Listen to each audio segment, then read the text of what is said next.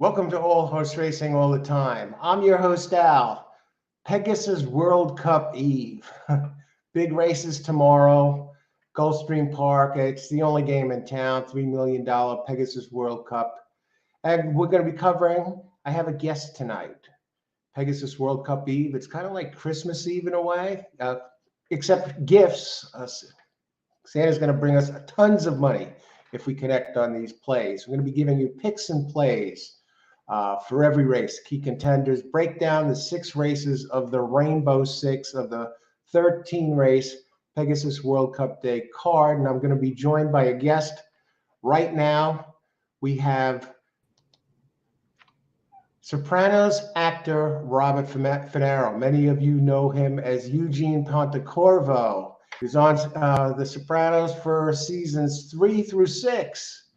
And he's also been in a lot of other, he's been in movies, television. He was in American Gangster with Denzel Washington. He was in The Irishman, and he played the character that helped Robert De Niro actually get started in his gig.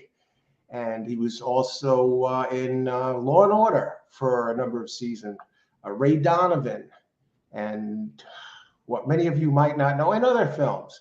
And what many of you may not know is Robert is a tremendous horse player. He's joined me on some shows before. This is the first time he's on my new channel, All Horse Racing All the Time. I'm going dead red blinkers on with the shows now on this channel covering strictly horse racing. And we're going to be breaking down those big races, Pegasus World Cup, the Rainbow Six, all the graded stakes in the Rainbow Six. Robert, thanks for joining us. How you doing today? With that kind of intro, Alan, I don't need, thank you so much for that beautiful intro. I'm doing fine. It's been some time since we joined hands together, so to say, joined saddles together, blazing saddles. But so it's nice to be back, and yeah, I'm doing fine. It's good to be back. Yeah, and thank you yeah, very much, Alan. You're welcome, and thank you, Robert. And Bobby, we've done some of these shows before, and we delivered a lot of winning plays before. And what some of you don't know is Robert, a tremendous horse player, knows his stuff, a student of the game. I wouldn't say I'm tremendous. I come up with a few winners. That last time we had some really good. We went to the window a few times. So I got lucky and had some racing luck, but thank you very much, Alan. You're the man, not me. Yeah, and you're also modest. And one of the shows, what some of you horse racing, Robert, Bobby's also a tremendous Euro player, the UK, Ireland, Dubai, and you gave a racing clinic, giving out some tremendous plays. And I more or less just listened because I'm not familiar with Dubai racing. And you gave out winners that night. How, not only that, but how to play the Dubai races if you're interested in playing, or the Euro circuit. And you gave out some hits on that show, the Dubai show, for the carnival in January, the one year.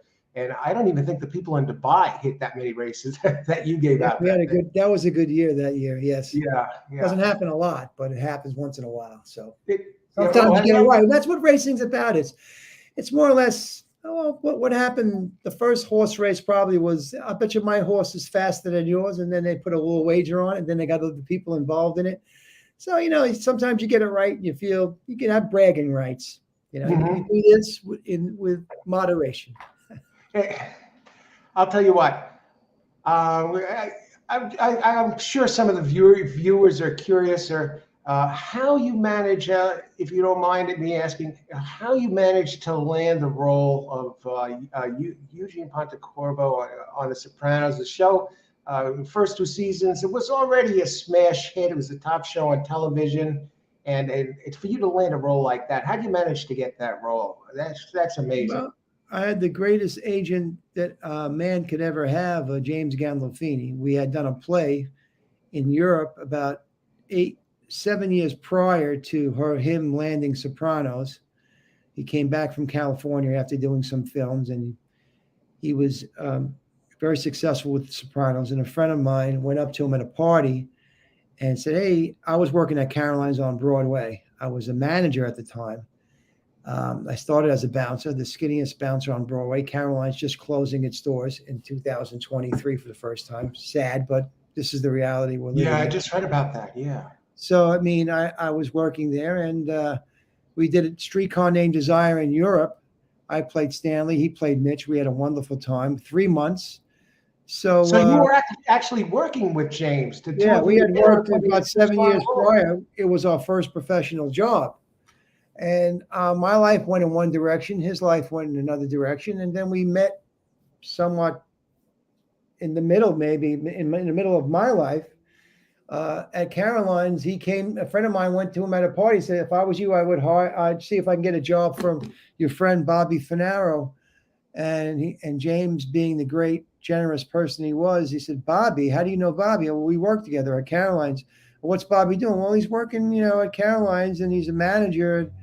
And it happened to be that there was a role that he thought I was right for. And one night I was just going into work, and he was at the front bar having a drink, and we picked up where we left off, and the rest is history. He asked me if I would audition. He couldn't promise me anything, and I landed a role, and that was it. That was my first professional job, and I've been working professionally for about 21 years since then. So he was the greatest. He kind of leveled. Jimmy was a guy that he leveled the books for so many actors and friends of his, and to try to help them as much as he could. He did what he could, and a lot of the times he always came through. So we miss him dearly. Oh, And that's how I got my start, my professional start in acting, my first professional run, so to say. And I was a novice. I had a lot of optional claiming races. I'll tell you what. That is James, rest in peace. And but that is just such an amazing story. And Yes. and James Gandolfini or not, I mean, he got you, a shot with the audition, but you must have knocked them dead at the audition, because they're not just going to do a friend of James or not. I mean, they're not going to take some hack when they have the show that's a grand slam home run. They weren't going to take any chances. You must have done a great job at that audition. Yeah, I did have a very good audition. It was like an inquiry, but it was like the Inquisition. Sopranos used to have everyone, the costume designer, David Chase. With him, it was a plurality. He would have the costume designer, the director, the prop person, and when you walked in, it was like a line of people sitting down. Oh. It was nerve-wracking, but God got me through it. Thank you, and praise Him, and here we are. Oh yeah, did you get a little butterflies when you see that there's a bunch of butterflies other people that are trying for the same role? I mean, I said a lot of prayers. You don't really know the people who are trying for the role. A lot of people tried for the role. I think even Ray Liotta tried for the role. Holy smokes! I beat a lot of guys out for that particular role that I had originally auditioned for. So that's. Well, congratulations! Great job on that. Oh, thank you, Alan. I got a question. Sure. Now about the horse racing angle. Everybody gets started at horse racing at one time or another. And you hear even about Mike Rapoli skipping school to go over to Aqueduct to play races. And now the guy's like a billionaire and a Belmont Stakes winner and that. And he started in his teens. When did you get started seriously handicapping the races and playing the races? When was that? Well, when I started acting, you had a lot of downtime on your hands. So it's like, you're acting for maybe 6 months, and then what are you doing for the other 6 months? And what happened really was, for me, it was a friend of mine who I had worked with, Kelly Barnett. She was an actress that I met somehow in my travails, and we became friends. And I asked her to do a play with me, and she liked the play so much she got her father involved. And this is how I got my Actors Equity card. We did the play, How Alpha Learned to Love Women, off Broadway, and her father produced it. And Bill, showed an interest in the horses, and I had some interest. My father used to play horses. My brother, my family played horses. And Bill said, "You know what? I think he's from Texas." And I forgot to say that Kelly's from Texas. And Bill was doing very good at the time.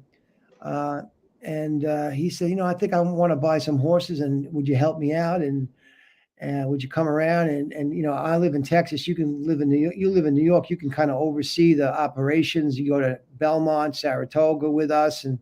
And that's how I really got the taste for horses, by being behind the scenes on the backstretch and really living it, and got to meet John Kruger, Triple Crown winner, have a summer with him in Saratoga. We hung out together, and I got introduced to the horses once again.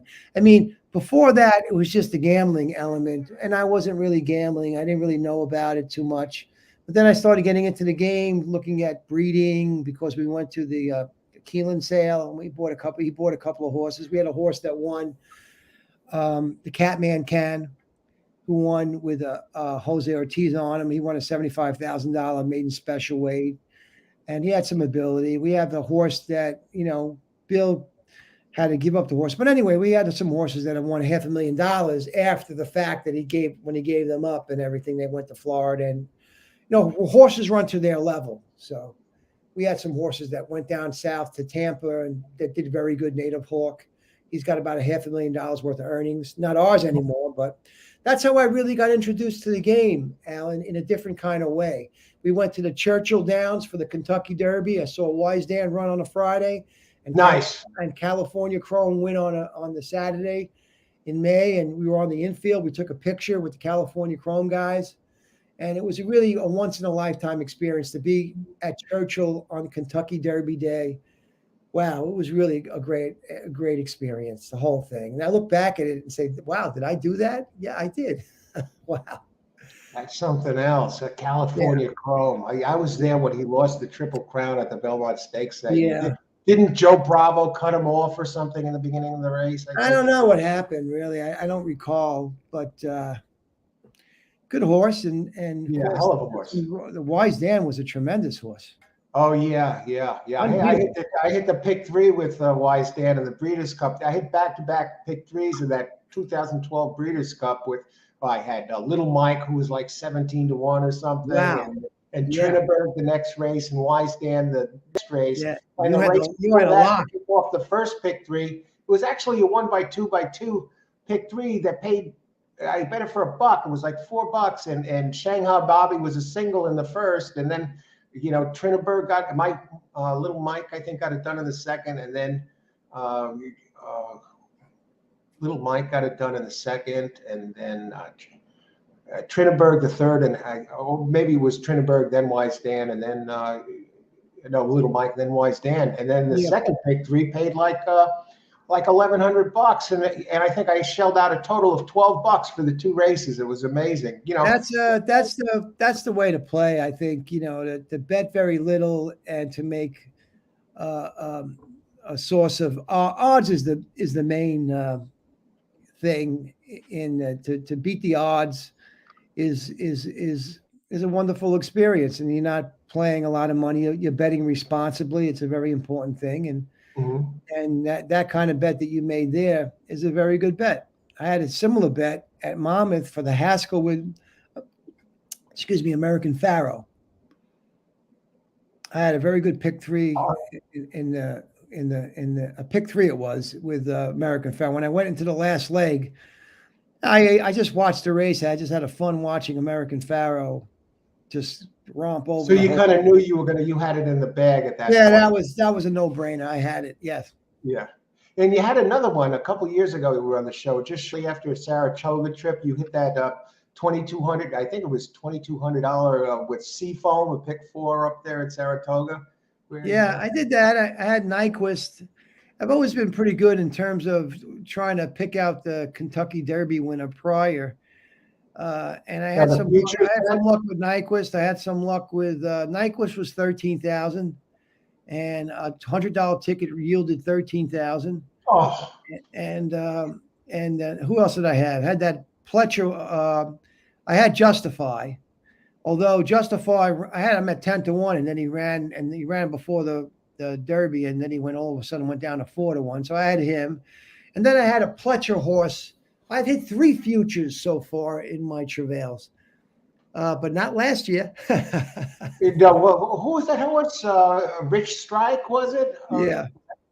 I don't think anyone had that, and I don't know. You really couldn't have him as a future because he was a late entry. So that's right, and there was even controversy about that future, I think. But yeah, okay. I'm going to say hello to a few people out here. I see we got some people in chat, and then we're going to get and then we're going to get rolling. And just the format is, it's just like when I do the live shows, daily live shows, where I go out there and I'm breaking down the races. Chat is open, so you can chat with each other, whatever. But Bobby and I are going to be looking over the horses, the charts, and that. So I don't address the chat while we're doing that. We're not ignoring anybody. We want to thank everybody who is here so far.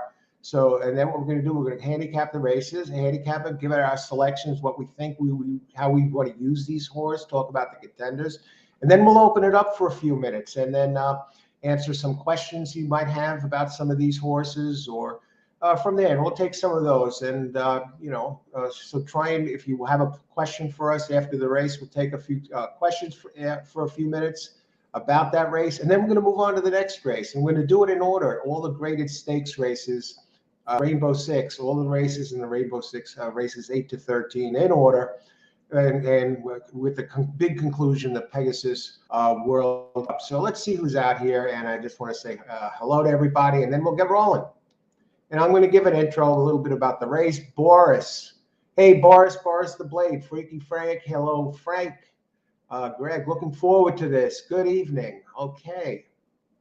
Greg, good evening. Okay. Good evening. Okay. Harold, hello, gentlemen. Hey, Harold, how's it going? And Boris the Blade. And I believe Boris, hello, Alan. Hello, Robert. Boris, I'm saying, Boris is in the UK, and I got a message from him earlier that he's staying up till 2 o'clock to watch this. He's looking forward to the show. So, Hi, Boris. Yeah, we're from all over the place. Ashley, I'm prepared. Thanks for joining this group. Hi, Ashley. Let's see, who else? William. Hi, William. Gas Station Sushi. I don't know if you ever. Let's see. I know Michael Pirioli is an avid horse player, as are other cast members that were horse players. Good luck, Gas Station. Glad you're here. And Mike Frodello. Hello, guys. And Karen. Al, you a gangster? No, Cron, a tremendous. Ashley saw Gilbert Gottfried. Hey, Ashley. Yeah, Gilbert was a great performer. Good guy, too. All right. Thanks for putting this together, Coach. Yeah, some of them know me from the old show. Robert was on that show, Coach Allen Presents. That was a show where I used to do some horse racing, but I did other topics as well. And that channel's been taken down, and I decided to go dead red with horse racing here, and I'm glad I did. And so I guess we're going to ready to get started, and we'll start with the first race. Race 8, I'll bring that up. Just mention the race. Race 8, okay, Pegasus World Cup Day. It's a G2 event. All of these races are graded stakes. This is 7 furlongs, purse 200,000, fillies and mares 4 years old and upward. 7 furlongs, that's kind of a weird distance. Thankfully, none of these races are on the Tapeta. Okay, race 8. Yeah, I've landed on 3 that stand out. Do you want to kick it off for us here, Bobby? And then we'll discuss. I've landed on 3 too. Maybe the same 3 as you. I thought that the 7, Mary Quite Contrary. That's one of them I have. I like that horse. I watched his run. I liked a little bit the 3, Pletcher, Color Mischief. Might be on the improve, and you're going to get a little bit of a price. And of course, how could you throw William if you look for class? Yeah. It's hard to throw the 4 out because he's got class. I mean, curling, and he's a good horse. So he's the classiest horse in the field, Mott's horse. And he's got Jose Ortiz on him. He got Irod on Colorful Mischief, who really ran credibly, but Mary Quite Contrary really beat Colorful Mischief, although he had some problems in the stretch. He had to take back and go outside. So just that Pletcher's a little bit tricky. So I landed on 3, and I suppose I guess the horse to beat is the 4. Well, like 4 would, if I had to single a horse and my life depended on it, that'd be the one I pick. just those races 3-4 back, especially. Yeah. Before 7-5, geez. Yeah, Yeah, I mean, he's I not got that to bad. use it. And Jose's is written as one now. 1, 2, 3, 4. This is going to be his 5th time in a row. There were a couple where he didn't, and then he was riding it before that. And Don't forget the horse has a win. Has a win at Gulfstream Park. 2 for 2 there. Yeah.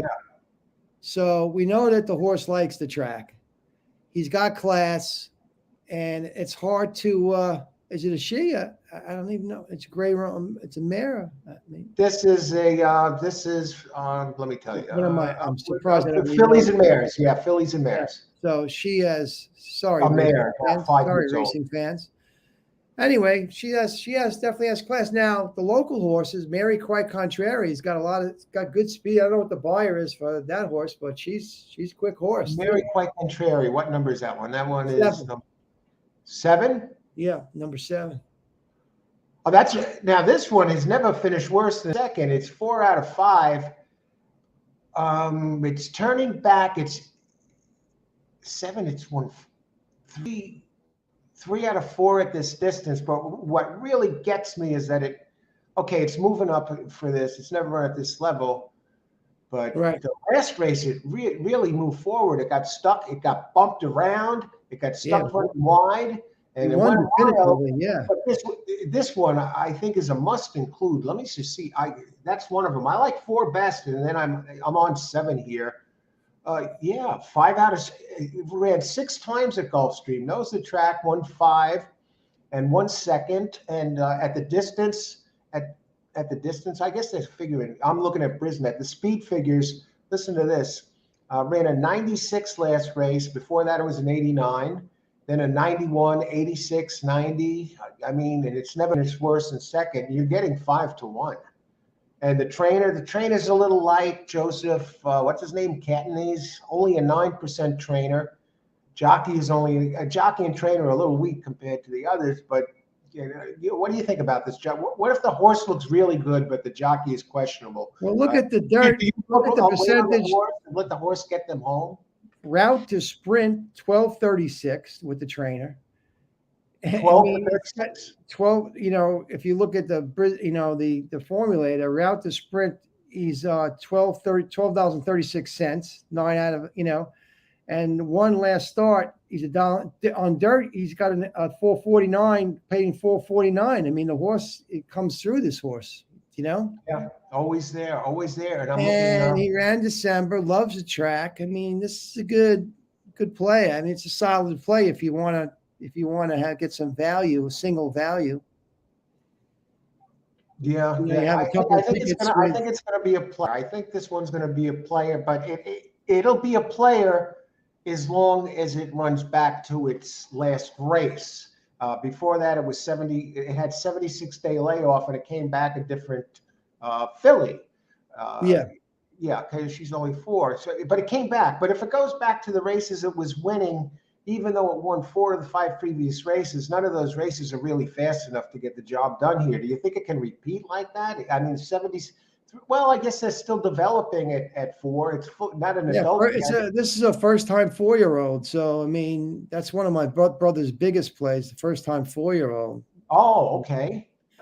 So, I mean, not without a chance. No, it just keeps getting better and better, really, when you take into effect, it's been caught running a little bit wide. They straighten it out. And the other one I landed on, you talked about the Pletcher number 3. Let me just go there. Yeah, it is. All right, I think it's going to have to take a step forward. Yes, I believe so. It did have a race where it won at this distance at Saratoga in August, and you got Irod Ortiz Jr., who is on fire. All of a sudden, Saez passed him in the jockey standings there. I think it was yesterday, and all of a sudden, Irod fought back, and he won a few races since then to reclaim the lead. So he's coming in hot tomorrow, and he seems to be on the improve. He jumped forward. Is another one. Comes out of it took a few months off, over 2 months off, and comes back with a solid race. I just want to see how fast this is. How it fits with the pace. It's a $300,000 horse. I mean, $300,000 horse. Is it He's very Rapoli? funny on the horse. Is it from Rapoli by any chance? I'm Saint looking. Saint Elias stable. Oh, okay. But I mean, he Um, got caught up. He got caught up in the. I don't know. I kind of like Mary Quite Contrary a little bit more than I like Colorful Mischief oh, because me too. Me too. I think Yeah, it's I a like step the fact that forward. For this it's horse. always But around the wire. he did have to take back a little bit. But then if you look at the take back, he really didn't. He did have to take back, in the stretch, come out from the inside to the outside, and make up a lot of ground. So now he gets the 3-hole. And he's got she's got IROD on him, and Mhm. not without I mean, it definitely, she could move forward, maybe, you know. Yeah, and this I see that she has enough speed, and she's inside. She should save ground to fourth the distance, so she should get in position. And Irod knows that. I saw him today. He a couple times in the last few days. He knows how to position the horse. For an example, on the Tapeta, the rail was virtually dead, and he got stuck with the rail with a speed horse. And somehow he got the horse. He saw the horse was going nowhere and took it outside and got in position. So he knows how to position and won these races despite going a negative bias. And this one, Colorful Mischief, is 6-1. Second off the layoff pledge is 24%. I think this one will be able to get in good position here. The one that catches my eye at a price is our Adios jersey. It's number 10 at 8-1. It has a big early speed edge. It did win a G3 at this distance. Okay, granted, it was at Charlestown in August, and it comes off a wire job, a little slow at Tampa, but got it done. It knows how to win. And at Gulfstream, it's had 5 races, 3 wins in this second, and 3 for 5 at this distance. But what impresses me is the big early speed edge, and you got the speed jockey Paco Lopez up. And the trainer is 20% since the beginning of 22, Gerald Bennett. What do you think about the 10, Bobby? Yeah, no, I mean, yeah, you can make a case. You can make a case for the horse. She's, I mean, definitely can make a case that this horse definitely has some blistering fractions. Mm-hmm. Can she keep it up from that outside post is the question, and she's got to make the lead. Do you know what I mean? Yeah. So I mean, it just to me it sets up for obligatory, and it sets up for Mary Concheri with all her speed from that outside. But I mean, that's my feeling. I mean, that's I mean, not yeah. I mean, I really didn't consider her, but now that I'm looking at it, yeah, she's not without a chance. And speed is always dangerous. Yeah, But and actually, I mean, she's running against some pretty good horses here too. So the one thing that goes against the 4 you're talking about, okay, the post position in the rail since this meet began on December 3rd, the rail is really not the rail or the outside. They're all pretty even. The rail is winning at 12%. Posts 1 to 3 are winning at 14%. 4 to 7, 13%. And actually, the outside is winning a little bit more, 16%. But early speed and early to pressing types are winning 73% of the races. And 73% of the races, early to really stalking close, 73%. And I think that hurts the 4 in a way, who's a closer, closers are only winning 16%, but it has the big number. So 4 is a little vulnerable in that sense here, since the speed seems to be holding. yeah, that's a good point. So we're pretty much on the same horses, except we both have 4-7, and you have the 3. 3, which I'm starting to look at a little closer now, considering the last race and Pletcher and Irod. And you have the 3, and I have the 10. Are you thinking about any kind of play here, or are you going to wait to see how it unfolds? I mean, I'm not so sure about the value play here in terms of the race itself. I mean, if I was going to move forward, I guess I would, and I was going to single a few other races, I would choose our horses. I mean, but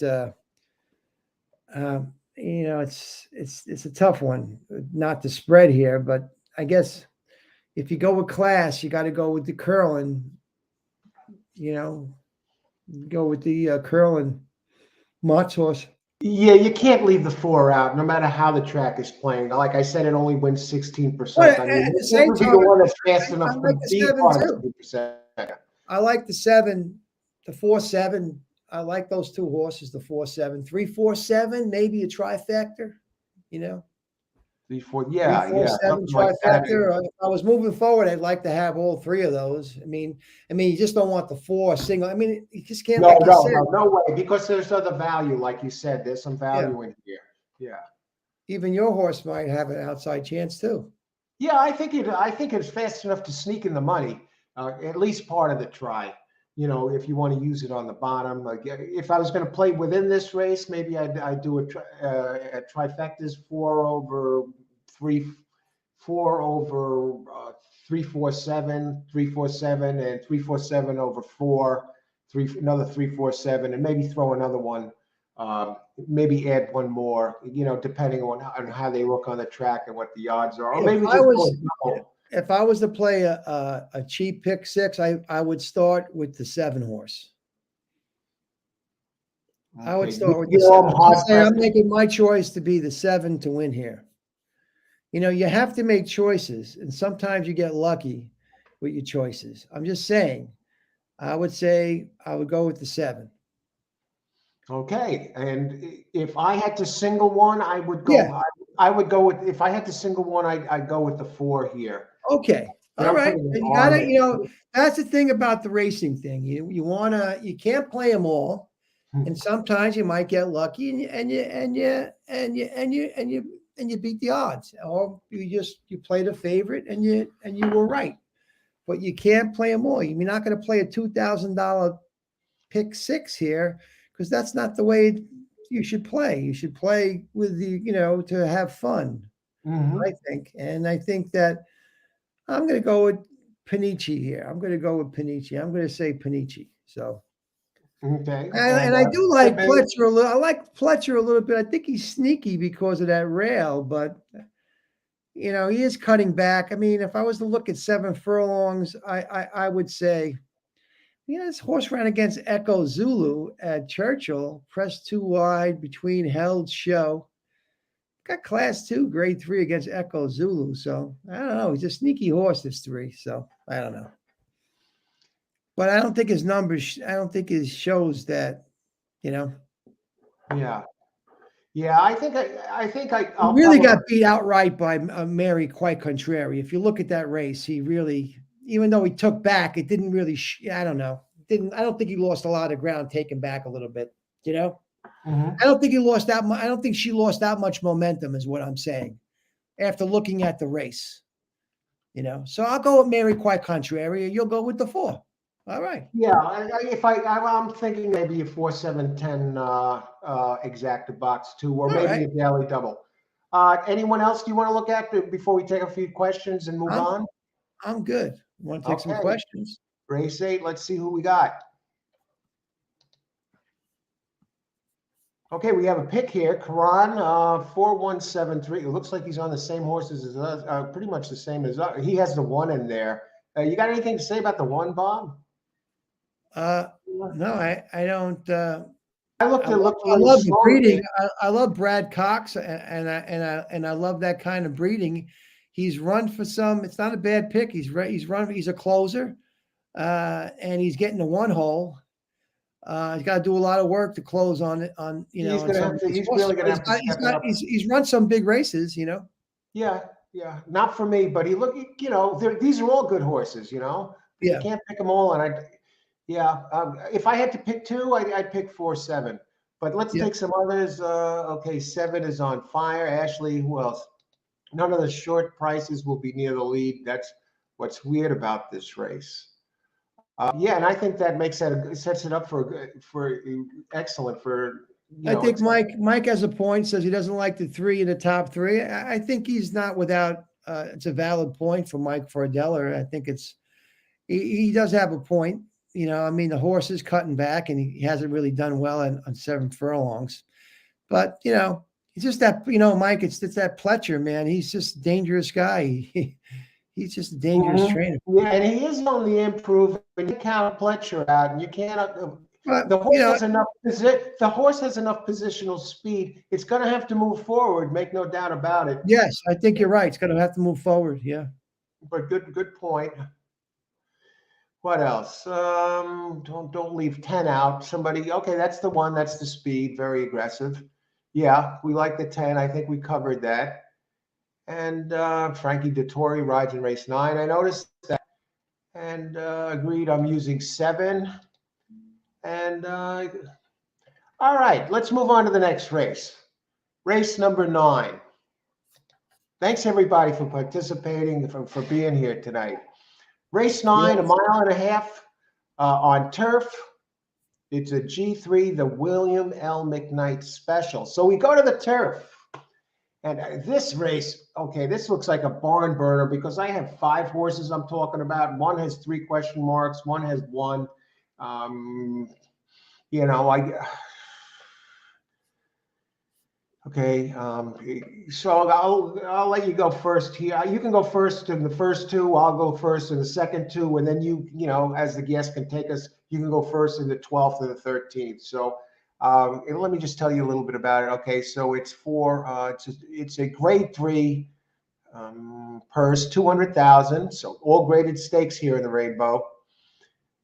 So I think we're looking good here. That, you know, for the Rainbow players and exotic players from the first race, we've given you some angles with trifectas and exactas and Bobby with starting off the pick 6 or whatever you want to do, pick 3, daily double. So, and then you have your own opinion. And this show, if you're seeing this, you can't watch the whole show. You can watch the replay in the morning before the races. So that, you know, you can come back. I know some of you are up really late, over across the pond here from the States. You know, it's past midnight. But is this for fillies and mare? Well, I got to read. I guess it's for the guys. Yeah. I don't see fillies anywhere. And No. how many entries we got? We got a lot of entries. And we even have an alternate entry. So you want to lead us off here, Bobby? It's a mile and a half, as long as the Belmont Stakes. Geez, what a race! Well, I landed on. I landed on 4 horses here. One of them has to draw in. First of all, the one that has to draw in is the 13, Barberini. Right. Barberini. I know you might. I see it. I see I'm it. crazy, but for some reason, that race against Value Engineering, he doesn't like the Tapeta, this horse. No, I see that. Yeah. And his stretch out on the mile and an eighth at Laurel was really nice.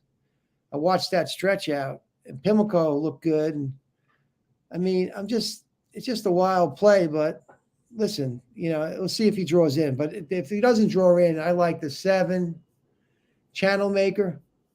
Because of the class. Yeah, Channel Maker. Yeah, he's the favorite. I'm a little. I've lost a lot of money on this horse. Yeah. For some reason. Well, depending on how Mott brings him back, I mean, and what kind of race he's going to run. But if, you know, yeah, I mean, my 2 favorites, I guess, are the 10 and the 11. I like the 10, the 7, the 10 Raining Night. Mm-hmm. I think let me see. I mean, this is race 9, right? Yeah. Race 9, 7, 10, 11, 13, 11. The 11 I really like. Maker's horse, the 11 horse. I like Red Knight. I love the 11. He likes the distance, and I just got a feeling that he's my top pick with Irod Ortiz on him.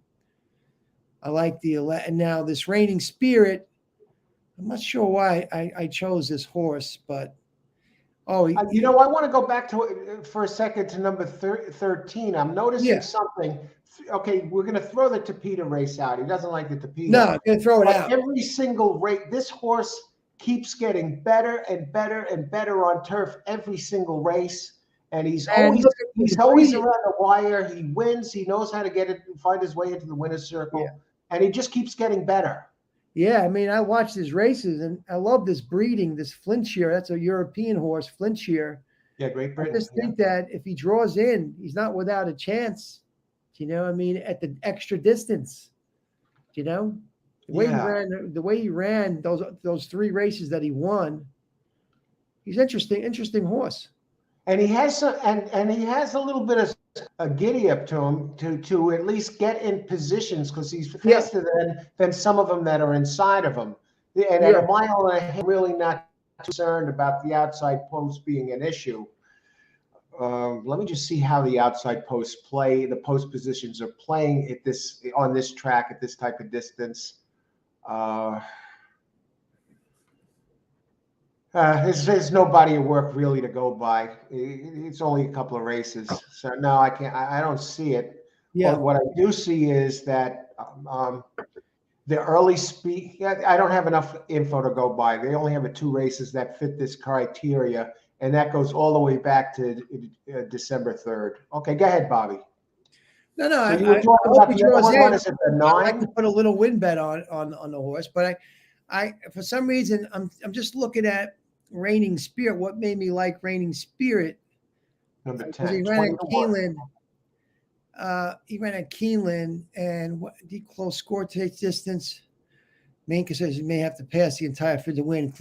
I don't know if I think it's a mistake. I think I really like the 11 here. The 11 I like a lot. And I threw out Value Engineering because I look at the turf races and I don't think he's got it on the turf. I just don't think that Value Engineering has the ability to win this race on the turf. That's my feeling, Yeah, I don't. It hasn't even been winning at a lower level.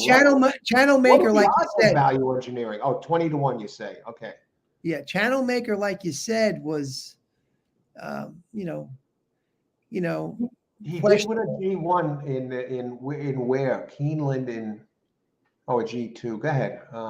Yeah, no, I mean, I agreed with you with Channel Maker, but horse has class, that's for sure. So, and he is fast early. And you know what I find amazing the about thing is, Channel? sometimes they take back on him. Sometimes if Gaffleone goes out on the horse, and he rides him the way he likes to ride, then maybe you got a chance here, Yeah, you know what I find shocking? This Channel Maker was riding lights out, winning everything, going back a little further, but a couple of years, or just over 2 years back, when Manuel Franco was riding him, he was winning all the time.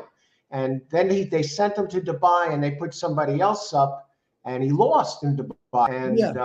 And then now with other jockeys, he's not the same as he was with Franco. And Franco is kind of a weak rider. It doesn't seem like he controls the horse that well. That's why maybe he hasn't taken that step forward when it looks like it. But Channel Maker and him were made for each other. And Channel Maker hasn't been the same. He's a little spotty, wins some here and there, but he's not winning G1s like he used to. Yeah, but the thing is, when he gets dropped into a grade 3, he's not without a chance. Right, because he's running a lot of G1s. And G3, the race 2 back to Keeneland, that was good enough to win. He only missed by a length and a quarter. Yeah. I mean, that's not too bad. You say Channel Maker is a must-use here? Would you go that far? I would say I just don't think you can throw the horse out. But if the horse that I like is I don't even think it's Lynch's horse. I think it was more Red Knight. I don't know what. I think that was a mistake on my part that I chose the 7, 10, 11, 13, 7. I agree with the 11. I got 2 horses that I don't know why I chose this horse. I guess because of the distance somehow. He was trained by Al Stoll, and then he goes over to Brian. Deep closer, 2 back, grade 3, plus a main concern. I don't know. I think that. What do you want, Jose Ortiz? I don't know. I think maybe you. I don't know. I don't see how this horse has a chance, but that's just me. I'm not into Reigning Spirit. I like Red Knight here. Red Knight. The one I like, if I was going to use just 2 horses in this race, I would use Red Knight, and I would use that 4, who is. I mean, look at the race that it ran. The last time it was at Gulfstream, not the last race. The last race, it pressed the pace. It ran into trouble. I don't know what the hell happened, but I'm looking at the race in April at Gulfstream Park at 1.5 miles. I think it tried to run too quick last time. Now I'm concerned because I see that last 3 races, but I mean, it seems to like the distance, Avon, and it looks like it may be the thing about 4 here, if it doesn't win, I think that's the one that would be the ointment that takes Channel Master out because it has a Yeah. lot of early speed. Oh, look at this. It ran a sub 20-second opening, first call last race. Gets Luis Saez again.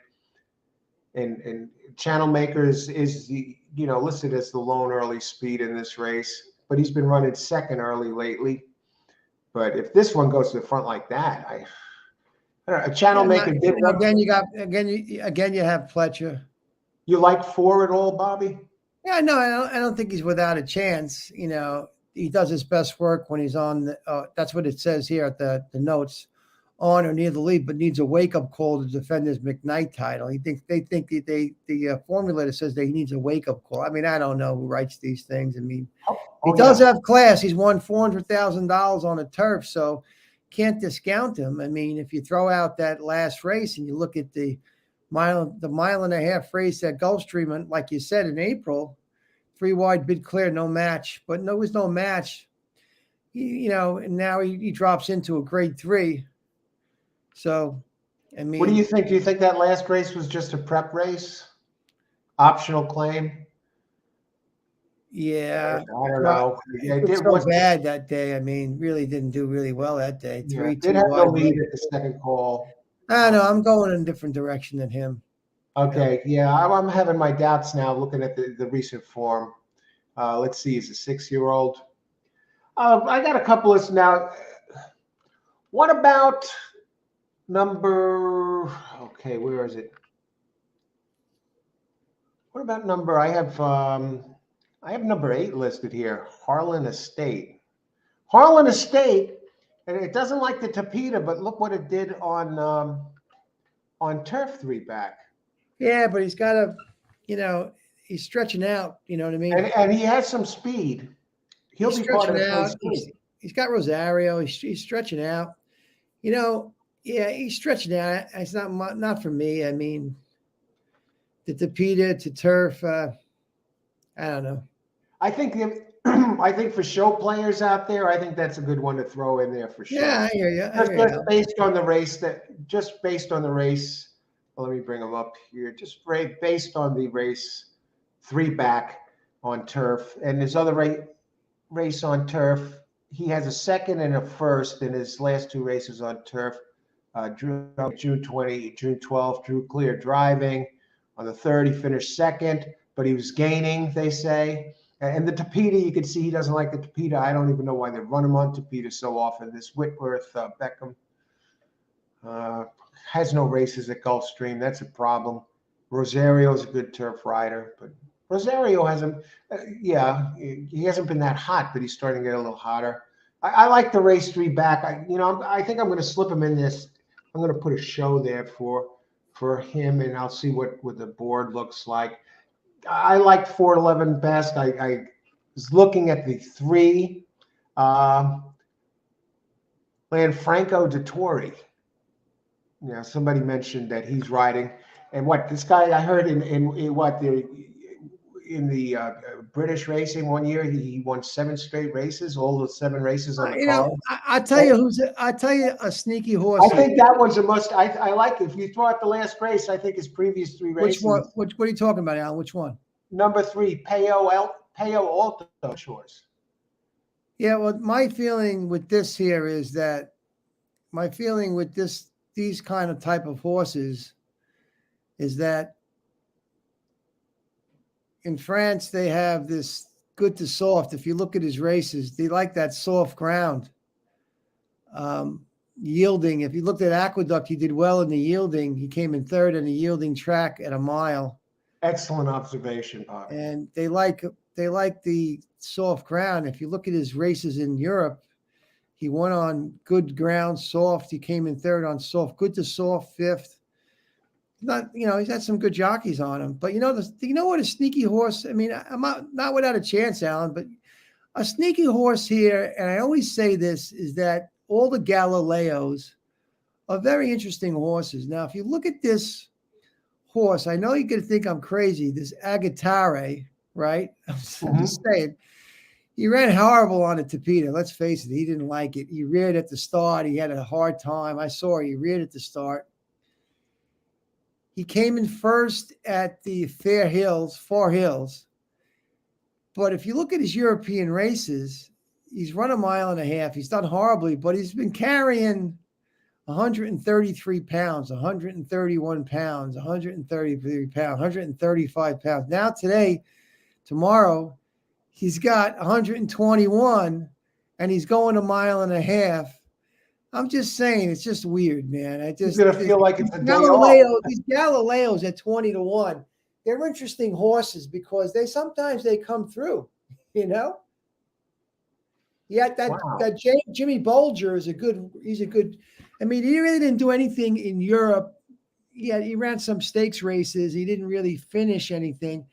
He's a 6-year-old, but they're sneaky horses sometimes. I'm just saying it's an outside chance. That's all. Okay, I'm just making a note of it. Back on the grass, best. The major disappointment latest when he hammered down 5-2 odds, and he was Who's that? The 5. But he has won on a longer during a career. He's been a deep closer who would be a shocker if he turned the tables on the runners who just beat him 6 weeks ago. Wow. And they got Julian Leperoux up. And just saying, man, these Galileos are tricky. But listen, I still stay with my pick. You know, I'll still stay with Red Knight? Red Knight. I think Red Knight is the one to beat in here. If I had to pick one, I would pick Red Knight. I'm on 3-4. Let's talk about one other one before we, move on here and open it up. What about 6, Temple? Opens at 9-2, Michael Maker, 17%. Gets Florent Garreau comes east for this. He's been riding out at Santa Anita. We know he won. Didn't he finish second in the jockey standings? To Irad Ortiz at the Eclipse, but tremendous rider. He hasn't raced. Shows nothing to show for it at Gulfstream. 9-2 odds. What do you think of Temple? 6 races at the distance, 3 seconds, but he has won 5 of 15 with 5 seconds and 2/3. So 12 in the money and 15 at Gulfstream, and 9 low odds, 9-2, 6. Well, let's face it. You know, you need position in these races, especially when. That's why we say that Channel Maker has an outside shot, because positional. You got to get the position here. I mean, I think there's a lot of good horses that got to go really extremely wide to win the race. You know what I'm saying, Alan? Mm-hmm. These mile-and-a-half races, they go, and if you don't get that position early on, it's tough to win at Gulfstream. You know what I mean? They get that settling in. And so, I mean, that taken into consideration, you need to have a little bit of tactical speed too. What about Channel? So, I mean, this Temple doesn't seem to have that kind of early positional speed. No, not at all. Excellent point. And the thing, Channel Maker has positional speed. I'm just looking that now remember he's 9, and I see at the distance he's run a 113 Brisnet, which is tremendous. But 9, that's probably back in the day. He did win a 111 at Delmar, but he's 0 for 5, never hit the board at Gulfstream in 5 tries. Yeah, I mean, that's that's definitely a good point. I would go with outside chance of playing against him. I think that, some of the horses that you like and that I like have a good chance of defeating him. Yeah. What I'll probably do is something in the multis. I don't think I'm going to go exact. I'll give Channel Maker a chance, because if the good Channel Maker shows up, runs the race he ran at 4 back in he ran. He's always like you said, Channel Maker's lately has been disappointing. It doesn't seem like he wants to run. You know what I mean? It seems like he doesn't want to run. Yeah, you know what? I think Dettori is he has hardly raced at all. The great guy at one time. But he is 16% when he picks his spots over the last 2 years. And they say he's going to retire. I was told he's going to retire in September. Call a great career a wrap. And Vittori's racing this race because he's got Wertmeier and Frere who own the horse, which are French. They're French. They're French. They're big in the French game, and he's got a relationship with Wertmeier and Frere. And the horse has been running. He really hasn't done anything. To me, I like the 5 better than I like the 3. Believe it or not. I like the 5 more than I like the 3. I want to look at the pace real quick, and then I think what I'd probably do here is use. I like 4 and 11 best, and maybe if for the multi-race plays, if Channel Maker the people are down on him like I kind of was, and he wakes up for a day and uses his pace. I'll land on 4, 7, 11. I'm not going to play exactas in this race. I like 11 best if I had to pick just one, and I'd use 4, 7, 11 in the multis, and I'll take a look at the 13 maybe if I have to spread because the 13 is on the improve. Well, yeah, I mean, like if you look at what you're talking about, I mean, he's always been Alban has always been racing grade 2s, grade 1s, and now he drops into a grade 3. He won this race in last January. He won this race. He's got to come back. Man. He's defending his title once again. So he's got to be that horse he's defending. But if you look at the drop into a grade 3, I mean, he's a good horse. I don't think you could throw your horse out. I mean, no, I'm not going to throw it out at all. If I had to pick just 2, it would be him and 11, 4 and 11. But I will add Channel Maker. Maybe I'll even do it. Depending on the odds. Maybe I'll do a 4, 7, 11 exacta box. I'll take a look at it. I have nothing else to say about this. I'm not going to use Temple. I don't like that early positional speed. And you have anyone else you want to take a look at here? Or you want to move on? I mean, I would say your 4 looks good. My pick here is Reigning Spirit. I mean, no, Red Knight, the 11. I like the 11. Okay. And how would you use him? Red Knight? Yeah, just to win, exacta, or multis, or. So I'd be on 4, 7 in the first leg and 4, 7, 11 in the second leg. For me, if I'm starting a rainbow. But how would you use that 11 horse? It's a tough race, man. I mean, 4 looks good. You're convincing me that the 4 is a good horse, and I think he is. Like I started off, I didn't have your 13, and now I have your. I like the 13. I hope the 13 draws in, but I know what the Red Knights just has experience. He's got Maker on board. He's coming off this since November. He's coming off the Breeders' Cup. Breeders' Cup, yeah. Look at that. Well, let's see, November. And you know what? He ran better that race than the speed figure indicates. Because look at this. He was running really wide, 4 wide, 3 wide. And he finished. But like they say, he needs a pace meltdown to earn a share. So. He runs the race. He ran 3 back. He wins this race. Yeah. At this, I know. The more and more I look at it, the more I think that your horse is the best chance. Who, the 11 or the 4? Your 4 horse. Yeah, and what are the odds on that 4? Let me bring up the odds. He's 5 to 1. 5 to 1. I love those odds. And the only reason I'll use Channel Maker in the mix if he goes down to 5 to 2, which something like that, forget about it. But if he goes up, hopefully he will. Hopefully others are down on him. And then maybe I'll give him a chance in an exacta. But I think I might go 4 deep, either adding your. I 4, 11, 4, 7, 11, and that 13, and I have your 5 marked down. I'm marking down your picks too, so I can keep track. So 4 and 11 are the ones I like. I'm leaning using 4, 7, 11, maybe 13. See what the odds are as in a rolling exotic, or maybe a 4, 7, 11 over 4, 7, 11, 13 exacta because I like the 4-7-11 a little Look, better than the the 13. only thing I could say about Red Knight is that he gets a good jockey on board. And Saez gets off this horse. He doesn't have he doesn't think the horse, and he goes to Pletcher. So if you look at the 4-11, they got two good shots.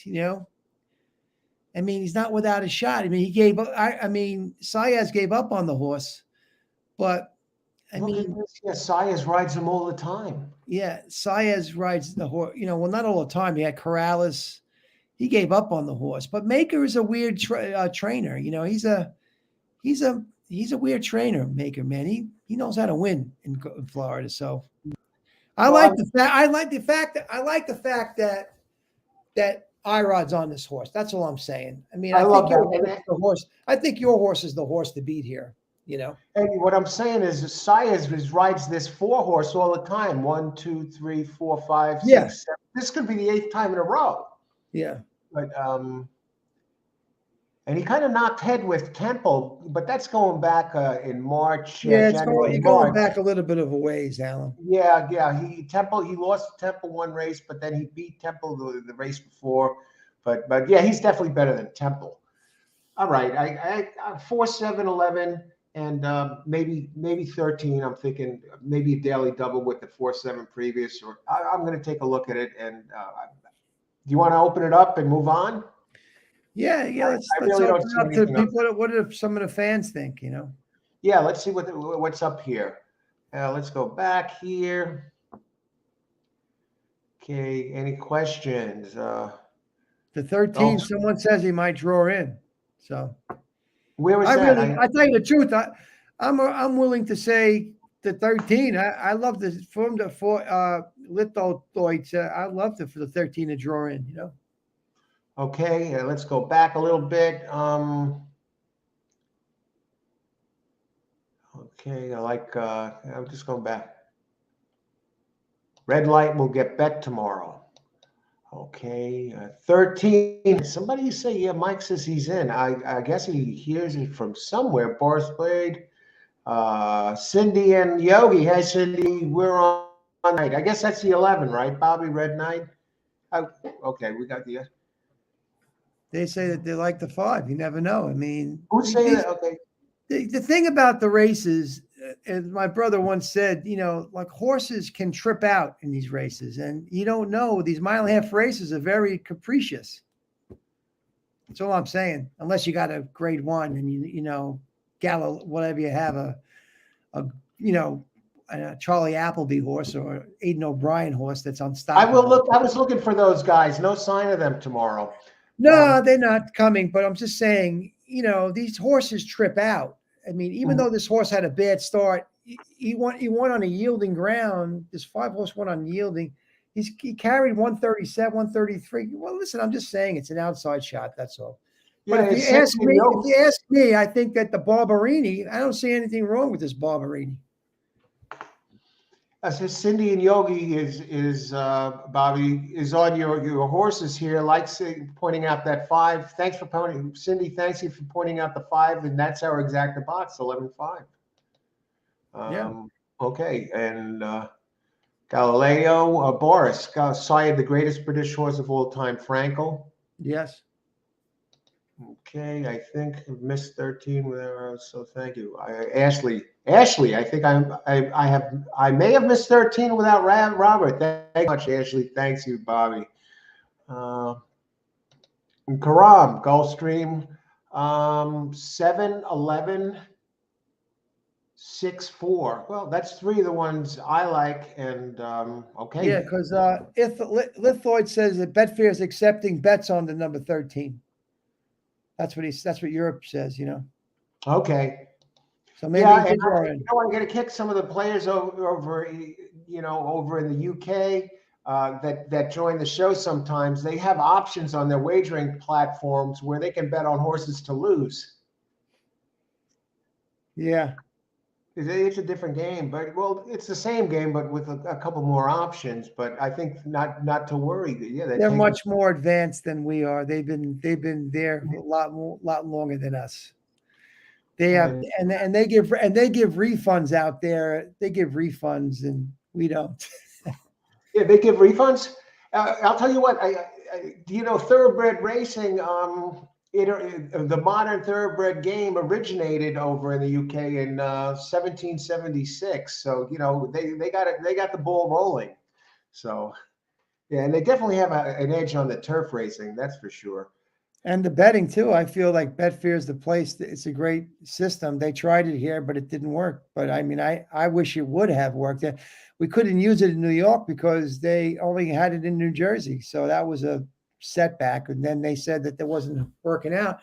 It's just the way that people like to bet here. I guess they don't like to, Yeah, I yeah. don't know. It just seemed to me to get fixed odds on a horse makes so much sense. I mean, you can get 15 to 1 at the like you get with the football. In football, let's say is a 10-point spread, like there was a spread with, I think it was 15 in one of the games. It went down to 9 and went back to 15 again. But I'm saying you got that was fixed. You didn't get like here, if you bet 9 to 1 and it goes down by the time post time, the bells, they go off. If it's 2 to 1, you're getting 2 to 1. But Betfair, you're getting 10 to 1. Now, to me, that's what racing is about, getting the odds early on. And they do that at Betfair. They don't do it here in America, even with the Kentucky Derby. At the end of the pool, you could bet 10 to 1 in the beginning of a pool. You're going to get that 10 to 1 at Betfair or 20 to 1. At the end of the pool, it could be 2 to 1. You're still getting the 20 or 10 to 1. Which makes So you're really not betting against the public over there. Is that the case? Yeah, it's a set fixed odds. And I think that if you're gambling, you should get your odds that when you come out. And they shouldn't be adjusted by race time. I see what you mean. Understand what I'm saying to you? Yes. I got 20 to 1 on Channel Maker, and at race time he's 2 to 1. I'm still getting my 20 to 1. It's fixed. So the closest thing we have to that here is the futures pool, as far as the Derby is concerned. That's all we have. And then that's that. As I said, I gave an example of Justify. Justify was 10 to 1. He ran before the pool closed, and he won decisively. And he went down to 4 to 1. I got 4 to 1 odds instead of my 10 to 1. So that's what I'm saying. That's a shame that he ran there like that day. But anybody else? Wind without a knife, high wind without a knife. Let's see, 5 of the 5 qualifies. Okay, when Al said Seal, when Al said Channel Maker, I lost a lot of money on him. I laughed. I made a lot of money off him. Yeah, great horse. And you know what? A friend of mine's brother owns a piece of Channel Maker, and the horse. I have one on Channel Maker before, but as of lately, I've lost money on him. But yeah, it was a tremendous horse, especially a couple of years back. And I'm not ruling him out. I'm using him here. But yeah, see, Channel Maker has come through for Seal. I made a lot of money. Work still shows blazing time. He can run a very fast early fraction. I think the 4 hurts him a little. The 4 can run right with him. So we'll see. I'll use him, but hopefully I get some odds. Anybody else? Don't start me on this. Rod won today, yes. William has his play 6, 7, 11. Who is 6 is Temple. We talked about 7, and this 9th race is turf. Fixed odds. The track's in jeopardy. All right, let's move on. Thanks everybody. Let's move on to race number 10. The first half of this Rainbow 6. This will complete the first half of the Rainbow 6. In the 10th race, we are looking at another G3, 1 mile. Okay, it's on dirt. This is going to be a barn burner. 1 mile. The Fred W. Hooper Stakes. Okay, and it looks like it's for the male. Noble Drama, this and that. It's 1 mile. And it's on dirt, and we have, look at this, 12 entries. We got great fields. I got one that I like the best, and it's my turn. I'll be starting off. Yes, sir. For the next 2 races, and then Bobby will cover. Go ahead, brother. You go ahead. You're the expert. You're the expert. You go ahead, man. Okay, let's see. We'll start it off with the one I like best. The one I like best is number 3. If I had to single one, name is Mish, and you're getting odds. It's drawing inside. It has big early speed. It has the leading trainer over there right now at Gulfstream, leading the championship meet, which started the day after Christmas. And Safi Joseph Jr. is 23% at Gulfstream, and that covers the last 738 races, at least at the printing of this PP. And against Egrid Zayas up, solid jock 17% at Gulfstream. Now his hard percentage was actually higher before the long ball hitter jockeys entered Florida. The Ortiz brothers, Saez, and even Johnny V was on a horse today. And now these Paco Lopez's and Zayas's, their numbers are going down because they're facing guys they use like tomato cans to kick around until the big boys come to town. But still, this time you got a speed jockey. This one likes to go to the front.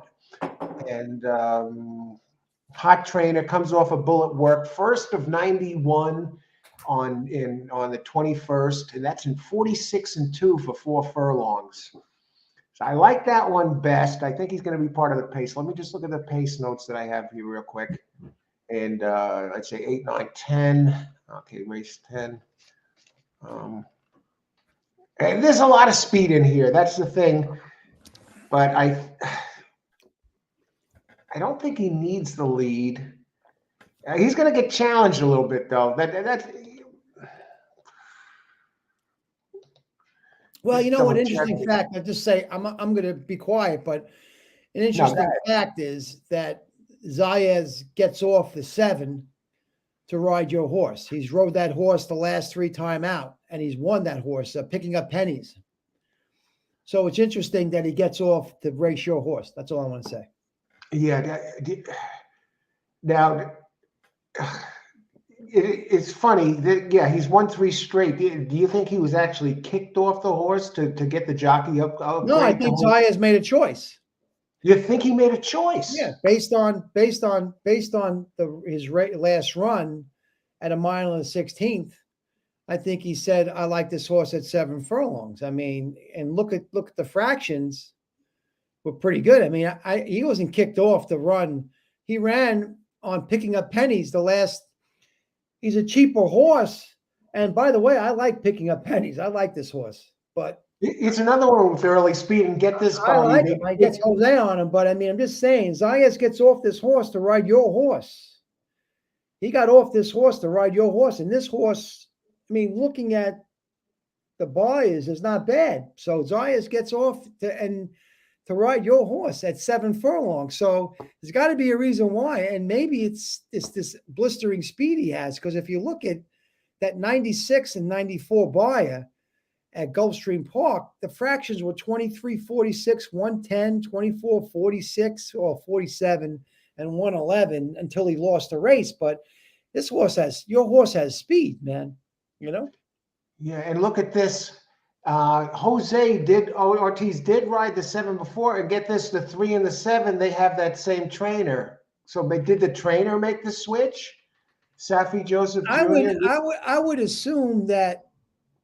I'm just saying. I'm just assuming that.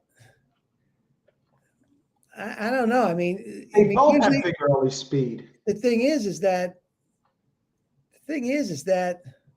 I don't think he would kick Zayas off his horse because he's got 3 wins with him. The owners would say, I think it's a jockey choice. Quite honestly, it's the same trainer. That's I know it's the same trainer, but I don't think they would kick. I agree with you. I don't think he was. Why would they kick him off when he's got 3 wins on him? Right. I mean, he knows the horse. He went to the front. I mean, he knows him. So there's something that Zayas knows that we don't know, I think. You know what I mean? And look at the races that the 3 ran in March and May. Look at the race 4 back. It's at a lower level, but I mean, and it's going second off the layoff. If it goes back to that type of running, I mean, this is going to be very, very, very tough to beat. The last work was 1:91, 46 seconds. Holy, yeah. I was talking the bullet, 1 of 91. And the other one I like, so I'm definitely, 3 right now, the inside speed. I think Safi likes Zayas, and I think Zayas made the choice here. And if you look at this horse, the 7 horse, I mean, I love the picking up pennies. I had a good friend of mine used to pick up pennies. So but there's some reason why he made that switch. What do you think? I don't know. Picking up pennies, yeah. And I got a story about this, and it's Zayas picks up this horse. He lets this horse go. He's rode this horse for almost the whole entire life.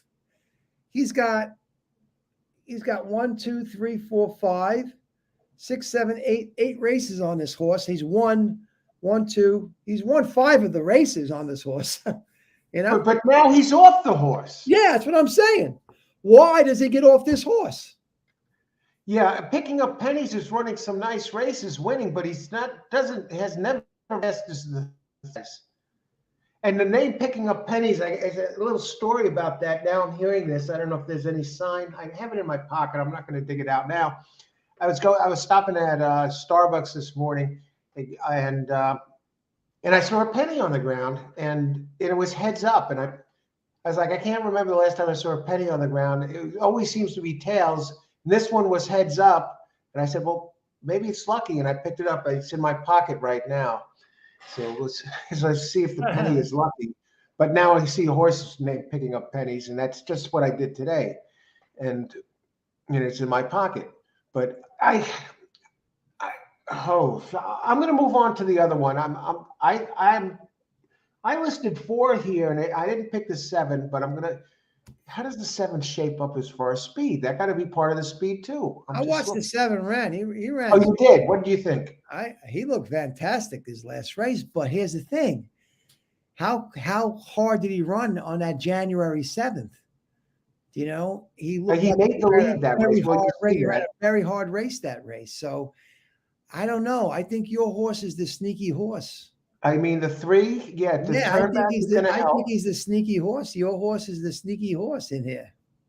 He made the lead. He is to the speed, and he's made the lead 1, 2, 3, 4, 5 times. 6 out of the last 7 at the first call. And when he turns up the jets, I mean, this one could go. The other one that jumped out at me, who ran big, and if he runs big again, if he repeats the last race, he's going to be tough to beat, is number 6, Black Belt. Yeah. That last race, won by 4, 108 Brisnet. Even if he regresses off that a few points, 4 or 5 points, he's still the fastest if he could repeat that. And it's just this. He's won 3 straight. He's won 3 straight since he's got trained. Since he joined Peter Walder. Yeah. And he gets Irad Ortiz, and he's 6-1, and the 3 is also 6-1. So, and those are the 2 I like best. And I'm not going to belabor this, okay? And the other one I like, before I go to the last one I like, I know the one has run some really, really nice races, but it's a closer, and it gets Joel Rosario. I know it's Chad Brown, who's 22% here, 26% overall, all tracks, going back to the beginning of 2022. You look at the race it ran at a mile. It won, but it wasn't as fast. I think this one horse at 3-1 can be beat. I think it's longer than this. This is a mile. If it was a mile and an eighth, like it's been running, or I would definitely go with it. But I'm not going to use it on top tomorrow. What do you think about that favorite, the number 1 opening favorite? Yeah, no, I agree with you. As a colonel, and I watched this race. Good horse, but you going to use it? No, I don't think so. I'm going to try to beat him. Okay. And the last one that I like that's jumping out at me has run some nice races, especially at a mile. Early depressing type is number 12. Maglio D'Oro, Dioro, the sire. You got Ghost Zapper 2 back on the dam side. Brandon Walsh, always dangerous, 13%, 14%, but 18% second off the layoff. And they get Tyler Gaffleone. What do you think of that? So that's my big 3 here. If I'm going to use 3 in multis, or if maybe I go 12 opens at 15-1. And but those numbers, I mean, the race is 4 or 5 back, good enough to win. And that race where it ran that 100 Brisnet, it kind of stalked there for a while, and Gaffleone rides this one just like Zayas rides the picking up pennies. Gaffleone's been riding this horse his whole life, and just hate the post. And you're getting a price. I like 3-6-12 best. Maybe I'll throw one if I was doing an exacta. Maybe I throw one underneath, but I don't think so. I think I prefer going just multis and give me 3 to complete the multi. I could cheer for 3 horses, not a single or something. 3-6-12. What do you think of that 12, Bob? I don't know. I really like the post. You know, like the post. And let me talk about the post positions here. Post positions, they seem to be wide open with the post. The rail is winning 15% at this type of rate. This covers 237 races that match this criteria, distance, etc. The inside post or the rail 15%, post positions 2-3 15%, post 4 to 7 13%, and post 8 and up 13%. That doesn't seem to be a difference. I don't know why, but again, early to early pressing types are winning 76% of the races, and the late ones, the later running horses, only winning 12% each. So 76% of the winners are early to early pressing speed types, and I think that bodes poorly for that one. The closers are only winning 76%. That's most of the races. The speed seems to be dominating this type of race here. Yeah. Okay, your turn. Okay, so I'm on 3-6-12 in multis. I don't think I'm going to do an exact. No, Mish had to run a mile in the 16th. That's the thing. He cuts back to 7 furlongs, correct? No, yes. Cuts back to a mile. To a mile, where he won. That's more of a distance for Mish. The mile. It's a better distance for and Mish. He didn't have Zayas then. And yeah, I think. Yeah, Zayas the last time I think out. that one wins that last race if it was the mile instead, because look, it was in the stretch leading by a length and a half. It doesn't have to go 16th tomorrow. I mean, but the thing is that these numbers on this picking up pennies. When I watched this race, he just ran so nicely that last race, man. But he got a 92 buyer, whereas Mish got a 94 on that last race. I think Mish is the better horse. I'll go with Mish to win. I'll give it a shot. I'm going to add picking up pennies. I'm going to put your name, the B next to it for you, to keep an eye on it, because I see that 102 Brisnet 2 back, and it's 1-3 straight, and the Brisnet numbers are 95, 102, 96, and it's 9. It's been first, second, and 9 of 13 here. I like a 3-7. It's like 10 out of 13. It's 3 for 3 at the distance. I like a 3-7 exacta here. Peter Walder Joe Safi exacta. Yeah, he's the leading trainer, and he put Cyrod on this one, who's rode it well before. He didn't get the job done, but that was only 6 furlongs, and that was back in February of almost a year ago. This is a different horse lately. Now it's running in the upper 90s and even broke 100. It has the second highest power rating of all the horses in here. You got to consider it. I mean, how many times do you see a trainer enter 2 horses? Chad Brown is notorious for this.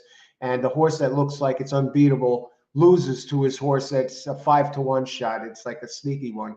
And picking up pennies would be that sneaky one in this race. If you were going to play a trifecta, just off the cuff, 3, 6, 7, What about the 6? Yeah, let's see. Black belt. Oh, yeah, black belt. Okay, I love that. It's got some good numbers here for Walder.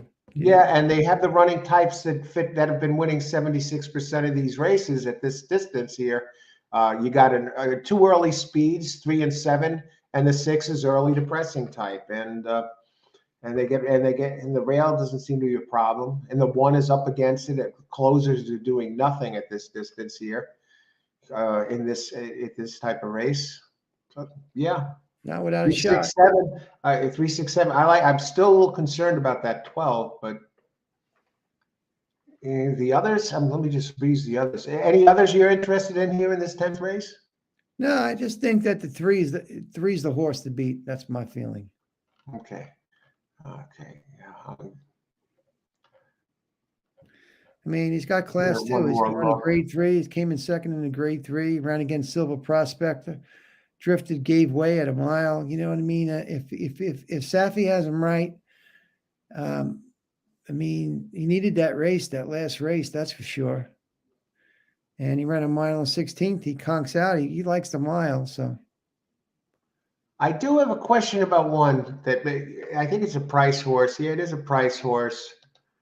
20 to 1. What do you think about number 2? Okay, this is a closer, but look at that race 2 back at a mile here at Gulfstream Park. They ran a 99. It closed into it. It was an optional claim. He's won 7 out of 14 at the distance. David Fawkes, 15%. not for me.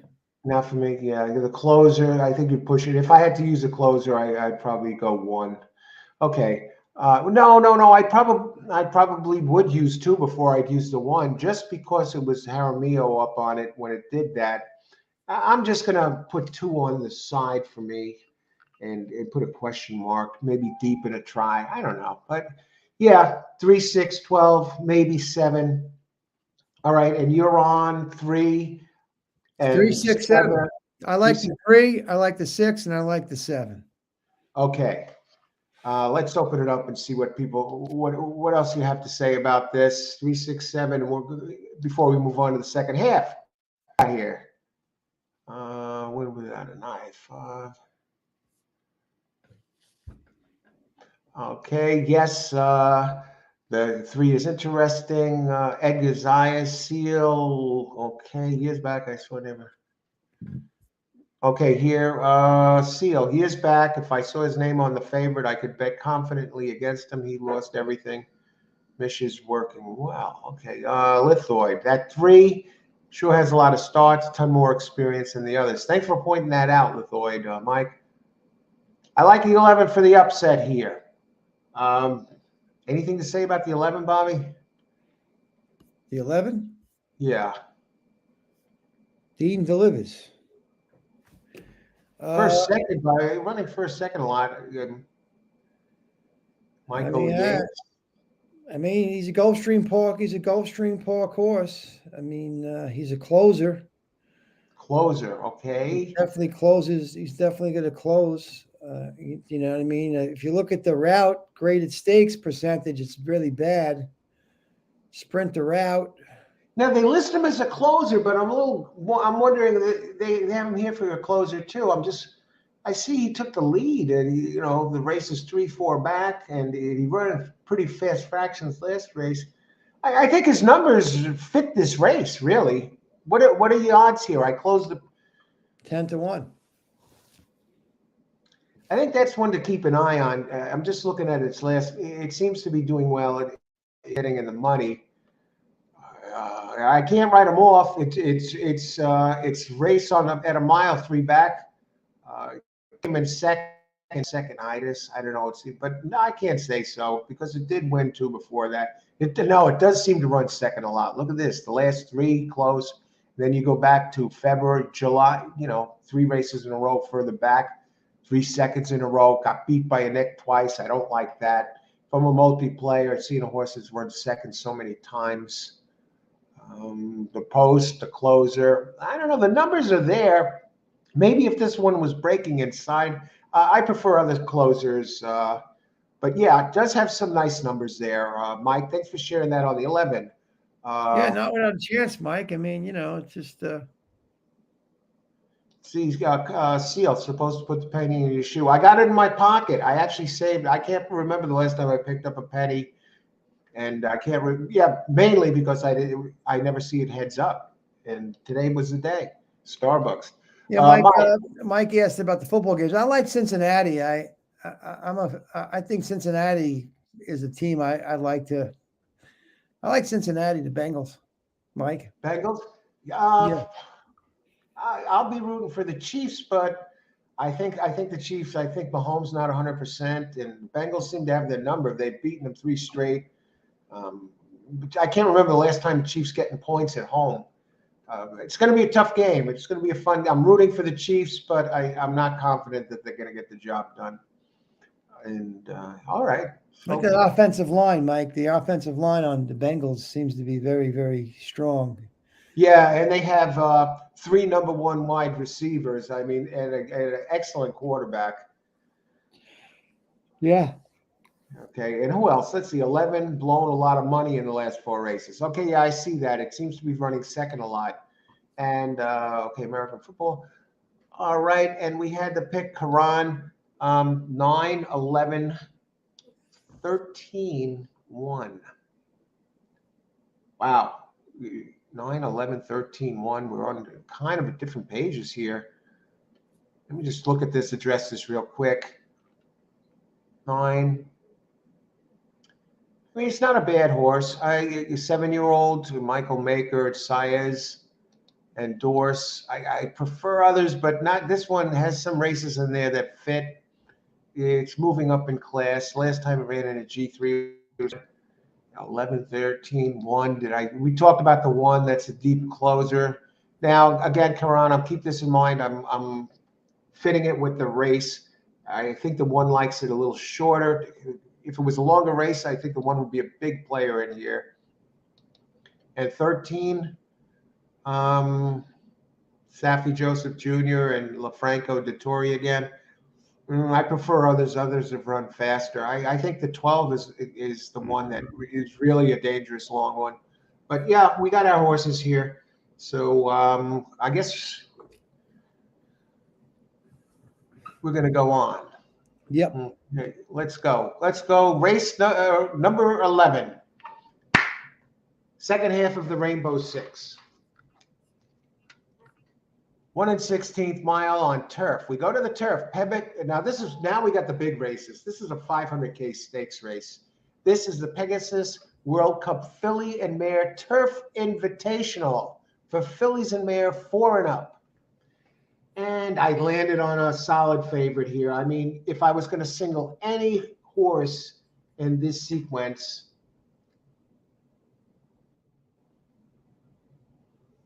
no, that's the next race. Sorry. I landed on 2 horses here. How many entries we got? We have 9 entries. So we should be, this is almost like shooting fish in a barrel, right, Bobby? Only 9 horses, fillies this race. Yeah, no 13, 14 horses. Let's see, 1 16th, 9. Now I landed on 2 of them here. And 1 I have a question mark. The ones I landed on are number 2, Dalika, early speed type inside the trainer. No body of work to show here. Albert Stahl. It does show Stahl has a 14% winning percentage going back last 242 races. Now I'm starting a little worried here. Brian Hernandez, 0 for 9 here at Gulfstream with a 2nd and a 3rd. Yeah, I guess they come to town. Yeah, they ship in, and they ship in with Hernandez.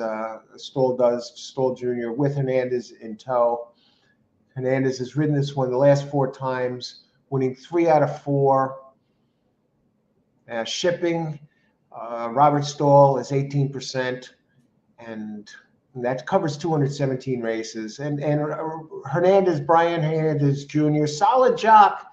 No real body of work to go by. Did get a 2nd and a 3rd at Gulfstream out of 9 tries, but 16% overall, covering his last 940 going back to 2022, 2023, and it has early speed.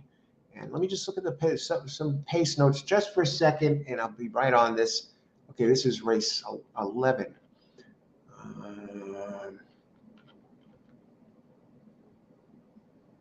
I think he's going to.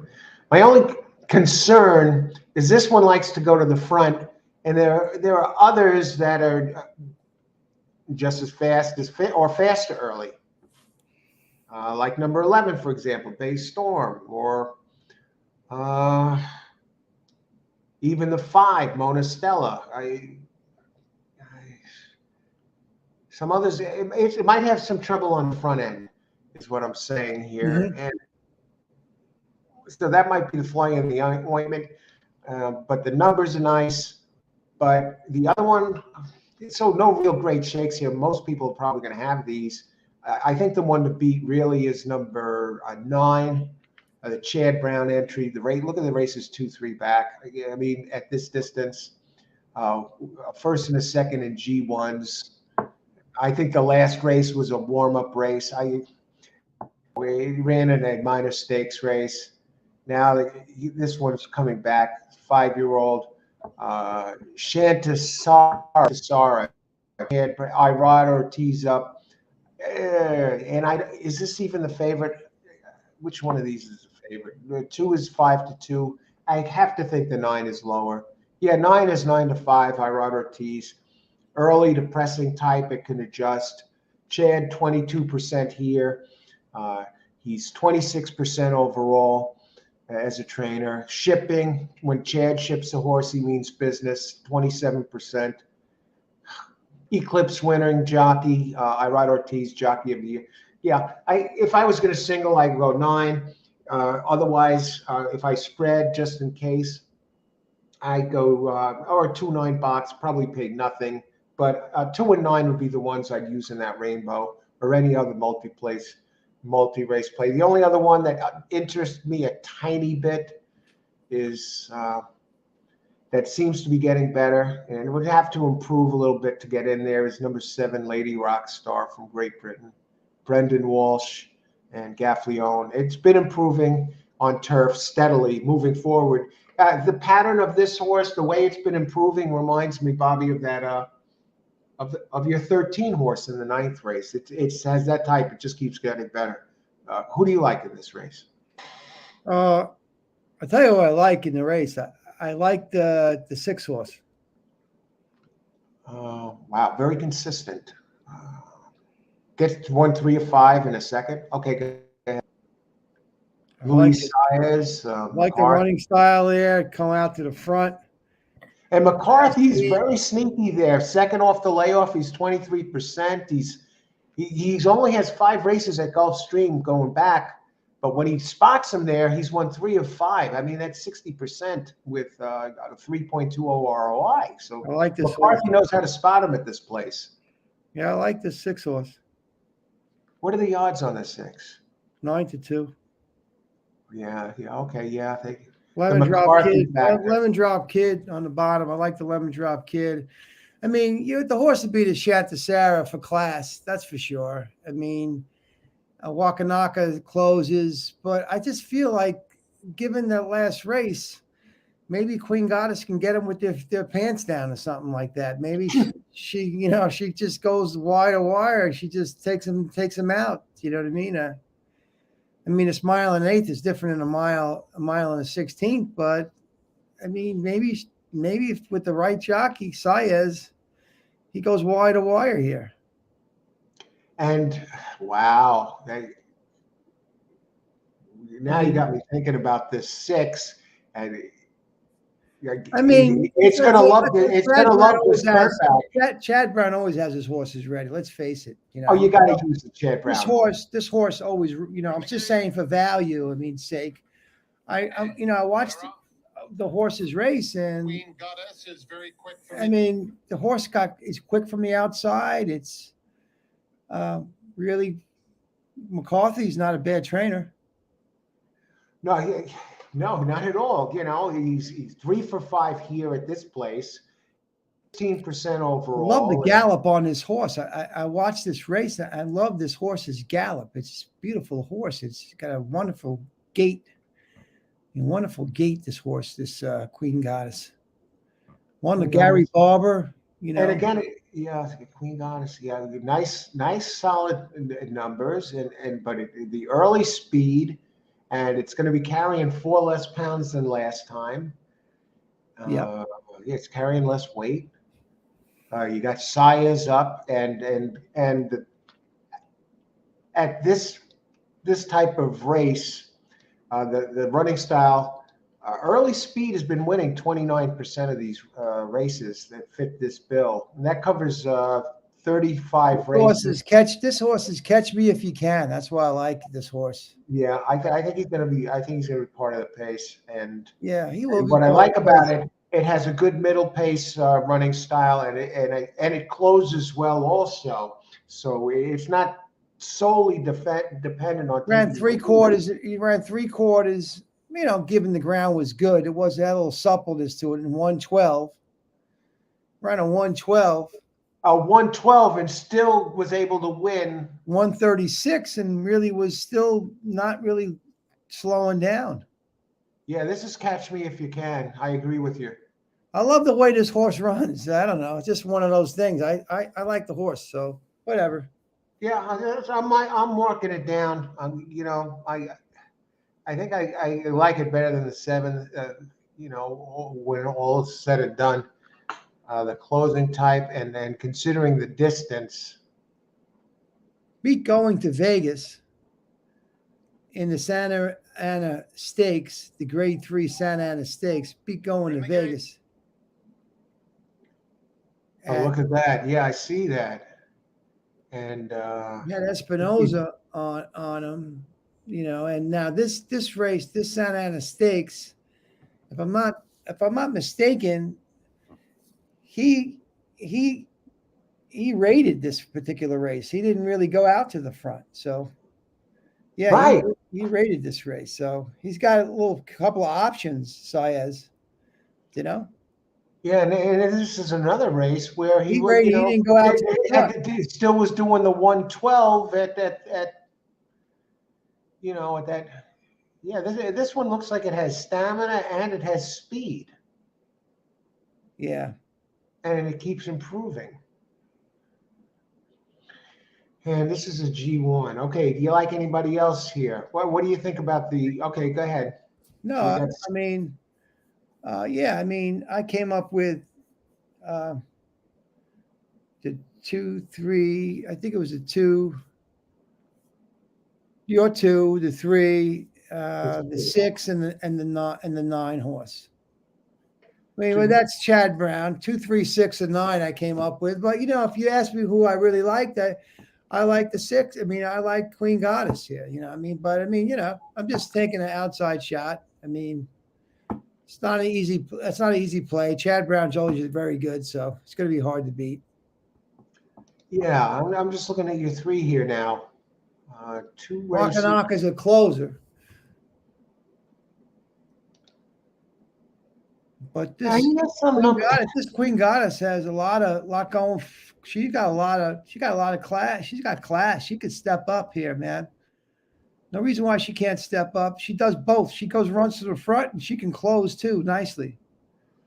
Yeah, and I see that I picks here 2, 3, 6, 9. I'll just go 2, 9 in multi-race place here if I get away. And the 3 has some nice races. What are the odds on the 3? Let's see, 5-1. Okay, so we're really not on any long shots here. So I think this bodes well for multis because I'm going to narrow it to 2. I'll take a look at the 6. I'll consider the 6 when I'm constructing. Well, the 3's got to run a mile and 16. So he closed. 3 Wakanaka's he's a closer. Mm-hmm. I mean, and the 9 is going to be real tough to beat. I'm not concerned about the last race. I don't know what he was doing in there. Why such a low class race? Maybe it was just a comeback race to get his feet wet. Look, your 9 horse has total class. I mean, you're talking about grade 1 races here, so that could be just a freak. That what the heck happened there? Who even knows what happened? So, I mean, absolutely no doubt. Michael Dubb, he's got great. Now listen to this. Brisnet has a prime power rating on its PPs, and that's not race dependent or surface dependent. It's just a snapshot of the horse's body of work. Just kind of give you an idea who's been running well over the course of their career or whatever. And they rate these horses 1, 2, 3, And you know they rate number one, highest power rating? Who? Your 6. Really? 6 followed by 2, and then number 9, the 9, Browns 9, number 3. Now, that's that prime power rating on Brisbane. It's computer generated. The computer somehow goes over all their races and their stats, and they spit this out, and they rate your 6 number 1. So, and they're usually fairly close, these power numbers. Right. Yeah. So yeah, I'm gonna use the 6. Like, it has the nice speed figures, and like you said, it runs. It can run like it can close like a freight train. It just keeps going. It can run fast early, or it could be off the pace and then come up. Yeah. So I'm on 269 here. Yeah, I'll probably go 3 deep here. I like the way the 6 is running, and I like its running style for this race. So 1:84, 46 seconds. January 13th. That's a pretty big wow, workout.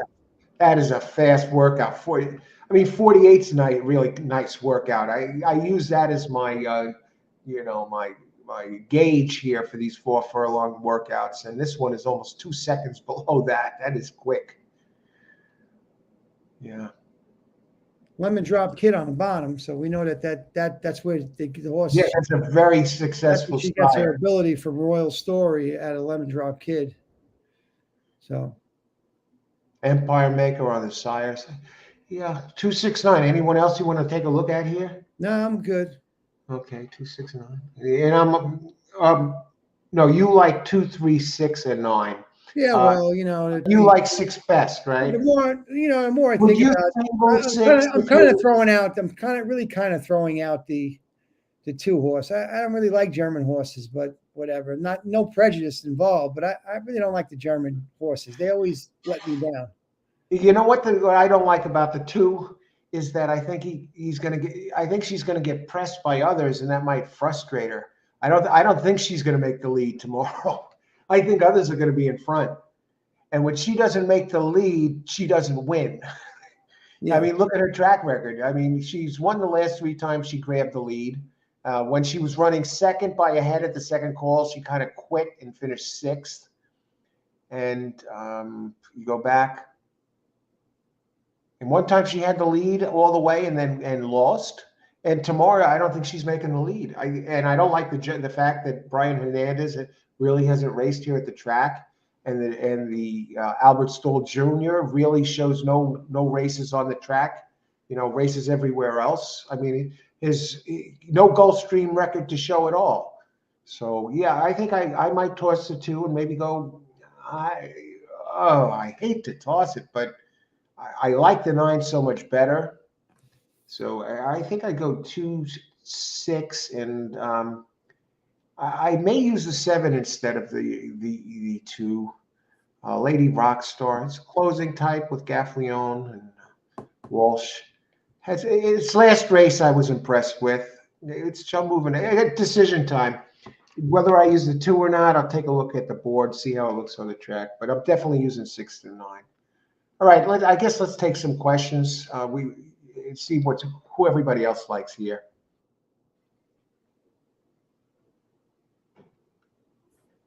Okay. I'll go back a little bit, trying and start give people who got it in here first.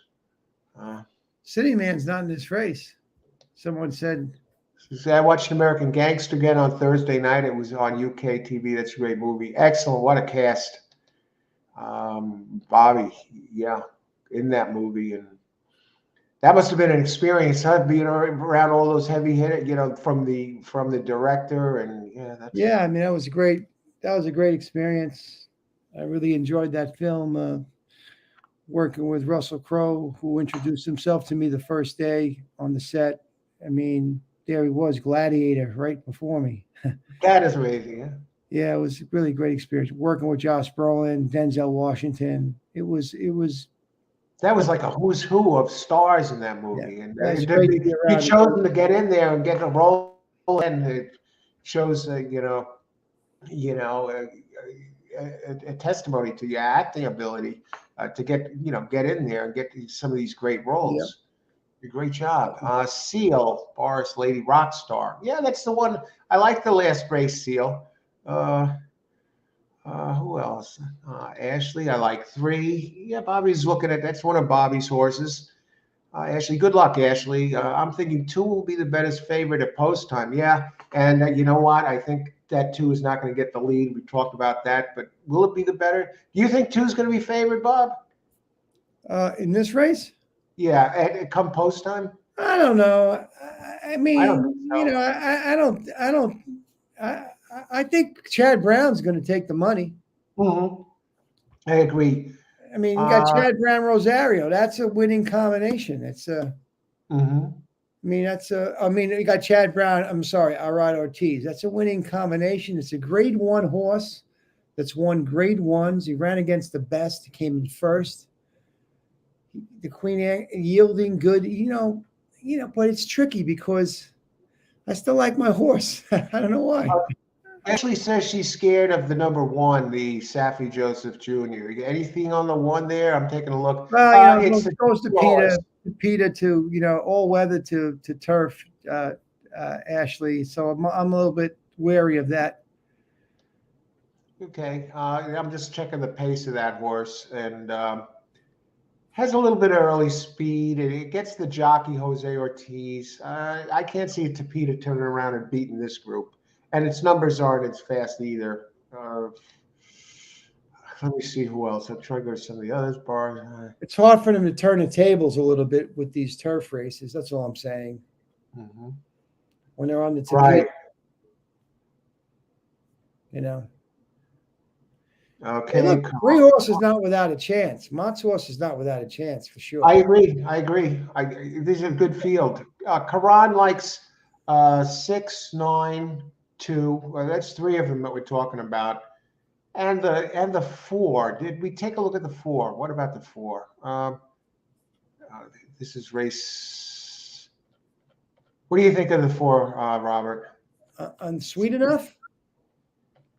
I'm bringing it up. I got to scroll here. I'm not really a big Woodbine. Oh, no. I can't see this one. What do you think? No, I'm not really a big fan of. It would really have to jump forward. A giant jump, I'm talking here. Maybe about 10 lengths of a jump. Yeah. Yeah, I can't see it. Okay, but good luck. Come on. Thanks for sharing your picks, Karan, and everyone. Seal that 10-1. Who's Seal's 10-1 here? Shotgun Super here, 2, 3.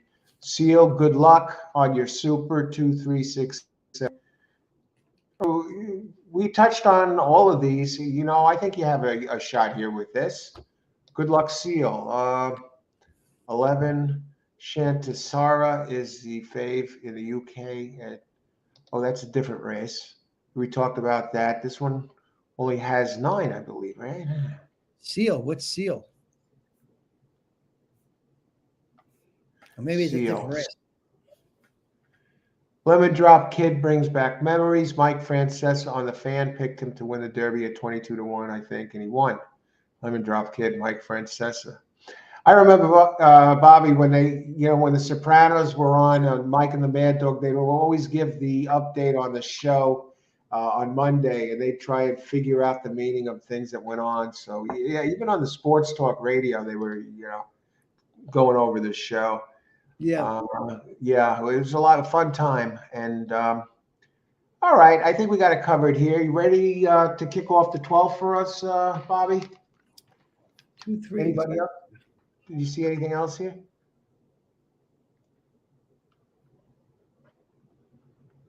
Ashley, $1.5 million seller. What did Seal say about Queen Goddess? I don't know. Anyway, let's move on to the next one, right? Yeah. Okay. Now we're on here. We're moving on to the big 2 races. This is the $1 million male turf. We're getting there. It's 1 1/8 mile, and I think we'll be able to rip through these next 2 because, and I think there might be some surprises. I think my best favorite, if I was going to single one, is in this race. But you lead it off here, the next 2. And well, I came up with 3 horses here: the 7, the 7, Okay. the 11, All right. Masterpiece, and I came up with the 12. Of course, this Christoph Clement's horse, which is one of the Rosario and Clement. There, I guess if I had to pick a winner, I would say City Man is the horse to beat. But that's what Okay. I got. What number you want? What number is City Man, Bobby? Let's race He's 12. the 12, the 12 horse. Okay. The 11 I like too. I like the 11. 12 City Man. I'm with you with the 7. 7 is one. No, I'm not with you on. I'm with you on the 11. Did you see? Yeah, I said the 11. I think that. Well, the Eddie Reed, they say, wasn't really a strong race. But, I mean, if I was to say 2 horses here, I would say the Motion 7 horse. And I would say, but I really like Clement's horse here. What do you like? What do you like? Okay. If I was going to single one, I'd take 10. Comes out of 2. Those races were faster than they looked. I know it's stretching out a little bit, but it was coming late, in the last couple. And I like 10 and 11 best. I like the 11 Masterpiece. This one, I like the races 2, 3 back. One of them at this distance that it won. I like Gaffleone and Safi Joseph Jr., leading trainer here. But 10 is the one that really jumps out at me. It's the off the layoff, 38 to, Lobo, the trainer Polo Lobo wins 17% off the layoff. And you get Castellano up. He was riding okay right now. He's starting to make some noise. I have to say, you got a point. 10 definitely is contention for sure. I don't like the 7. I know it's been doing well for Motion. I don't like the jockey Paco Lopez. I think they're throwing him into the deep end of the pool here against these guys. And I know I just think the 10 and 11 are faster. And the other 2 that I looked at were the 3 and the 4 a little bit. I like the race that 3 ran a few back, Gets Irod.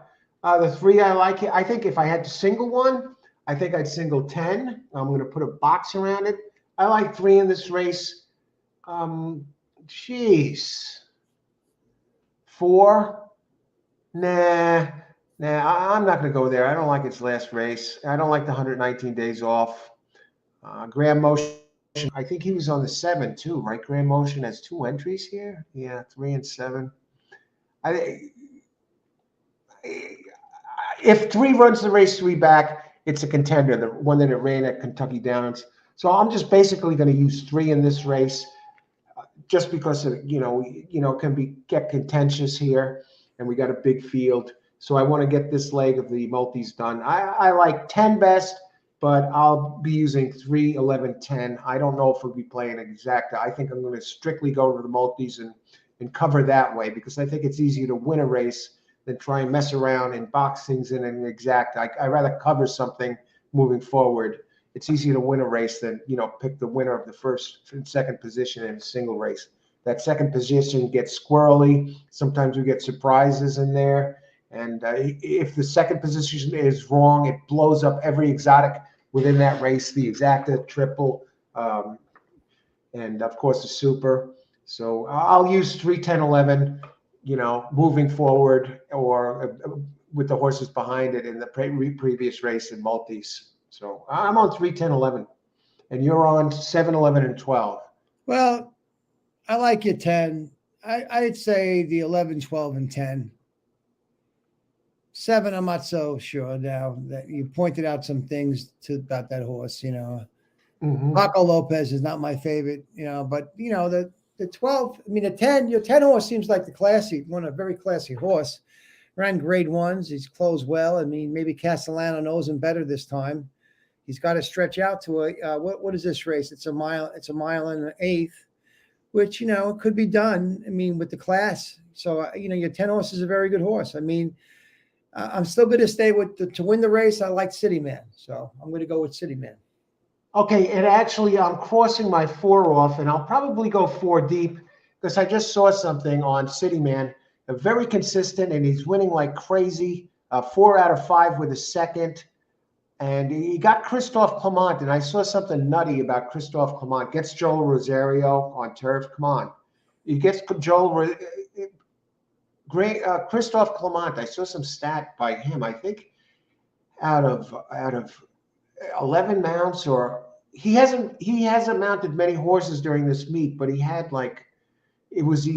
one point he had 10 horses in the money, let me bring him up right now because it's a key stat. I just want to bring this up. It's going to take 2 seconds, and I'm going to show it to us all right here, for all of us to see, including you, Robert. Okay, equal banks. Let me see. Gulfstream jockey leaders. I'm typing this quick. Gulfstream trainer leaders. Now, I think you're going to find this interesting. Those of you watching out there. Thanks, everyone, for watching and being part of the show tonight. Much appreciated. And, thank you very much. Let me see. And Bobby, thanks again for being here. It's Great to be here. Very thoughtful of you. Thank you so much. Blade Chanticleer. Yeah, everyone likes Chanticleer, Boris. That's going to be, that's absolutely. Leaders. Okay, now I'm going to share this screen so you can see this. And this is current, folks. This even includes today. And we'll bring it up. You'll see this on the screen here. Present, share screen. Okay, here we go. I think, Bobby, we're going to shrink a little bit here for a second. So look at this. Christophe Clement, 13, he's starts. He's won 5 of them, 5 out of 13. That's almost 40%. And he has 3 seconds. So he's first, second, 8 out of 13 races, and 2/3. He's in the money 10 out of 13 times. He's won 5 races out of 13 tries. I mean, he's red hot. You see Safi Joseph Jr. on top with 15 wins, leading the meet. Pletcher 11 of 58. But yeah, that's what I wanted to point out. Christophe Clement is really spotting him. 5 winners and 3 seconds out of 13 tries. What are the odds of the 12, Bobby? I think he's. Let me see. 12 horses. City Man is 4-1. Yeah, I guess they see it too, but you got to use him. His numbers are good, very consistent. Knows where the winner's circle is, and a hot trainer and a good job. Yeah, so in this one, I'll use. This is one where I'm going to spread a little bit. I'll go 3, 10, 11, 12 here, and just multis. I'm not going to do anything with the exacta. How about you, Robert? I like 12, and I liked 11. I like your 10, and then I say for the last, I wouldn't throw out Mr. Speaker totally, but I think you have a point. I think you have a point about the 7. So I mean, I'm going to go off the 7, go to your 10, and I would say 10, 11, 12. Yeah, and I got off my 4 and 12. All right. Now, looks like, let's see, Ashley, how can you possibly leave 2 out? Let me just address this, and then we'll move on to 12 and 13, too. Well, the 2, I looked at that, you know what I mean? Good governance. Kingman is a very good sire. I mean, Great Britain, yeah. Has some nice numbers, Came close in a G2 last out here at this distance. I just prefer others. I think others have run faster races. I'm not crazy about Sean Bridgemahan, who's only 7% at 107 tries here. And even 8% overall as a jockey. I mean, you're weak in the jockey department, and you're weak in the trainer department. This is a trainer, Anna Maya, who's only 9 overall, going back over a year, a 9% trainer. I mean, here going up against the Makers, the Clements, the Graham Motions, and a nice horse. It's moving up in class from a G2 to a G1. I think it's up against it here. It's been running at Aqueduct. It's been running good race, bad race, good race, slower race. It's due for one of its better race, second off the layoff. So, it's a nice horse. What are the odds on this one? It's a grade one. It's $1 million race. You got to remember that these horses run to class, man. They just class is king, especially in turf. The classier horses seem to have the advantage here. And if you look at the classier horses, you land with Ivor, you're 10. You say, well, this Masterpiece got some grade twos, and then you look at the City Man, who's kind of moving up, even though he's got a bad post. If you look at this, I mean, they're going to start this race in the middle of the stretch run, and they're going to finish further down on the stretch.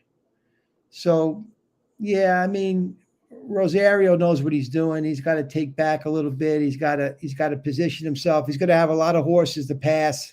Mm-hmm. He doesn't get position.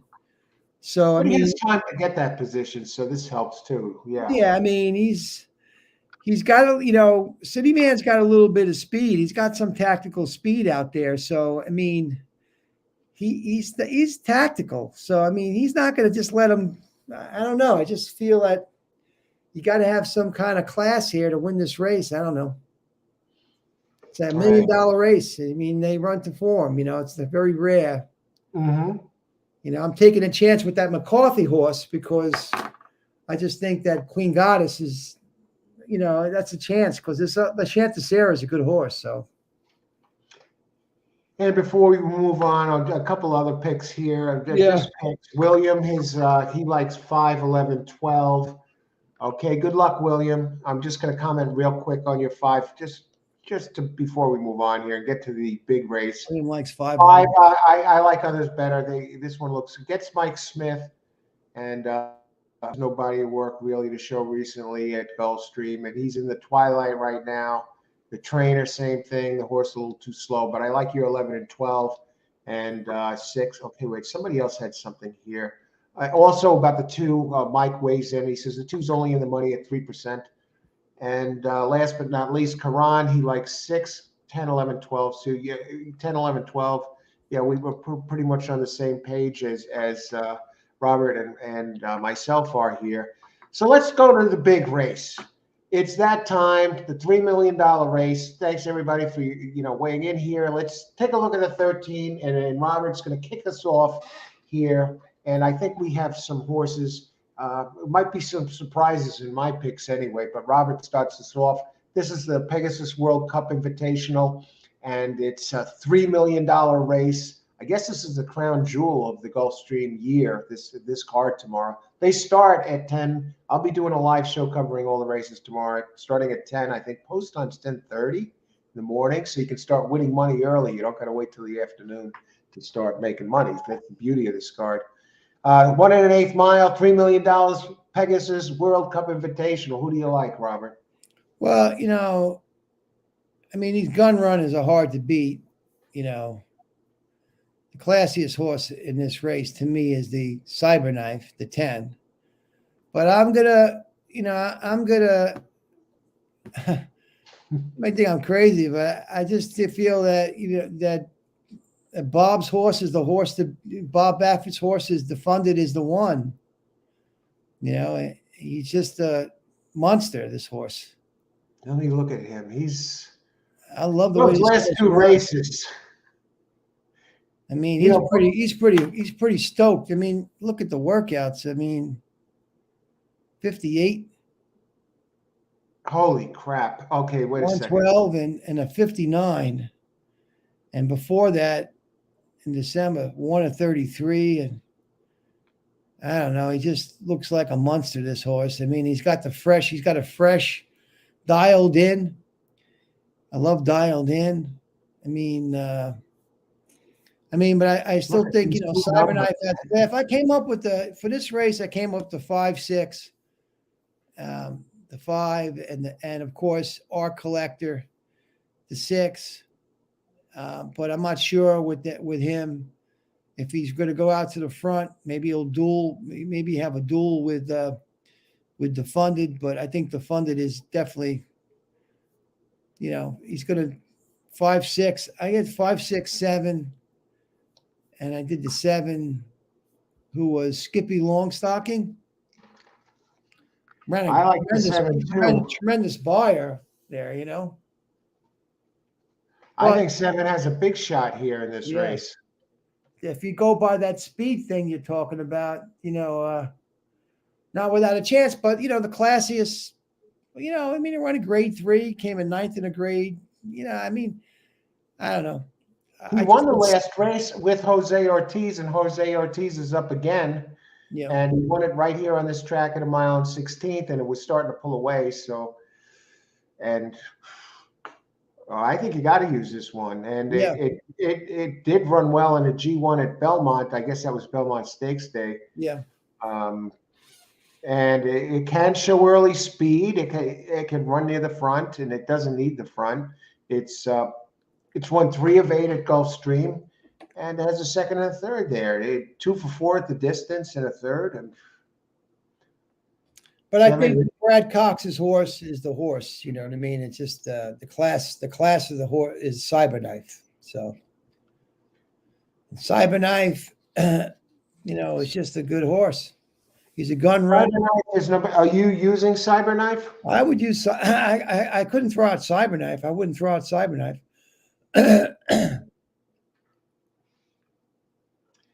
Now, the running style for this type of race seems to favor, believe it or not, Cyberknife. He's more of a presser. They list him as on this Brisnet, they list him as a early speed to presser. I don't really think he's an early speed type. He did show a little early. He showed a lot of early speed last race, and he just got nailed. I don't know. I don't think he's a lock. The one that I like best is the 1 Proxy. I like the rail, and the pressers have been winning 57% of the races here. He's definitely going to save ground, as Rosario. Trainer is 20% overall, Stidham, but 10% here in over his last 40 races, which is okay. Working regularly up to this race. Hasn't raced here, though, but at the distance is in the money all 6 out of 6 times, a win, 3 seconds, 2/3. I like the running style. I like the, let me just bring this up, some notes. I think there's going to be speed that he's going to get something to work with. Hopefully he's not locked in on the rail and he has room to get through. But I like him to win or be in the money. I mean, that's the one I have circled. If I had to pick one, I'd pick one at the Proxy. Now, Cyberknife, Art Collector, if he runs back to his days of a couple of years ago, a year and a half ago, actually a little more than a year and a half ago, a little less than a year and a half ago. If he goes back to his days when in August of 21 to October 21, those were like the glory times of this one, when he won 3 straight with 3 gigantic races, all at this distance. I mean, can he return to those days? I mean, he did have an excellent race 2 back at this distance, won by 40. I think you got to use Art Collector at the price. I'm a little worried about the battle with Bob. I like the 7. I like the 7. And I looked a little bit. I like 12. Yeah, Craig. This is actually a spread race, and you know what? I think I'd try and beat Cyberknife. Let me just check 3 for a second. No, riding with Biden. I think that's one that might sneak into the money, so I'm going to put an arrow pointing down because I've seen this one run before. It can flash brilliant speed, and I know he comes from Parks. Robert Reed Jr., Parks guy, Jaramillo up. This horse has a lot of early speed. It wouldn't surprise me if he's part of the pace, and he does know how to win. Coming from lower circuits, I I think I'd go multis here. He's one. Let me just check the odds on these. I think I'd go 1-7-12, and if I was going to box it, maybe key one of them, key number one and first, second, and third, and use Cyber. I'd throw Cyberknife in there. The Biden horse, he's going to be part of the pace. He runs quick early, but he's moving way up. 20-1. The odds on 1 is 9-2. What are the odds on 7? 5-1. It's Pippi Longstocking. You get a good price on the 12. If you're a show bettor and you want to make some money, 12 was coming, drew off. You want to make some money on a horse, I bet 12. You get nice odds for a horse for the leading trainer. You get Castellano, and the numbers comes off a pair of 98s. I don't know. I'm on 3-1. Probably in the multis, I'll just use one. What's Art Collector? No, I'm a little worried about Art Collector. I don't know. Go with this, Bob. Oh, well, I think you pointed out a good thing, with the one. I really didn't look at the one, but it's a classy horse out of it. I love Tappet. That's a great sire. Tappet's a winning horse. Winning horse. He won this grade 1, the Clark, at 1 1/8. Can't throw him, can't discard him. You know what I mean? No. I think you're right. Gets the rail. He's got speed. I just think I would say, now that, I like to go with your picks too. I say 1-5. I'm going to throw out Art Collector. I'm going to go against Art Collector. 1-5, 1-5, and 1-5-10, 1-5-10-7. Just like that. 1-5-10-7. I like the 5-1 exacta. 5-1 exacta. 1-5-10. 1-5-10 trifecta. Cyberknife is number 10. Yeah, I think this is a spread race. 1-5-10, maybe a little bit 1-5-10, and what did I say? 1-5-10 and 7 in there, super effective. 1-5-10. What about for it's a 1-5-1, 5-1, 10, 7, something like that? Those four horses. I like your one horse now. I'm looking at this horse. This horse, I like this Tappet, man. He's a good horse, man. Yeah, and I'm seeing your Bob Baffert horse, G1 winner, 2 back. I can't see leaving Baffert out of this. He got our when's the last time, somebody asked this during the show the other day, when's the last time our Ryan Ortiz rode for Baffert? Did he ever? Apparently they've teamed up 17 times over the last year or so, and together they're 24%. So, this is not the first time they've rode together or partnered up. And your Proxy's a good horse. He's not a bad horse. He's a pretty good horse. And his running style fits. Yeah, totally fits this race. He's got class. He's got class too. He's got classy horse.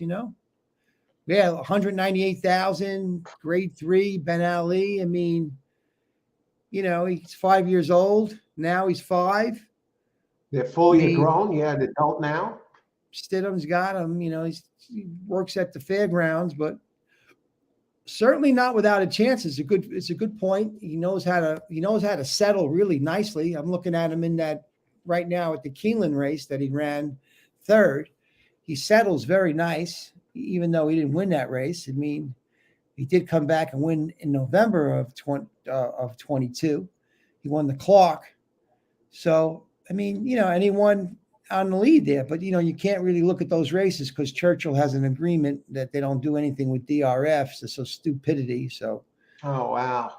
You can't really trip handicap that, that kind of a races. Your horse is a good horse. He's not without a chance.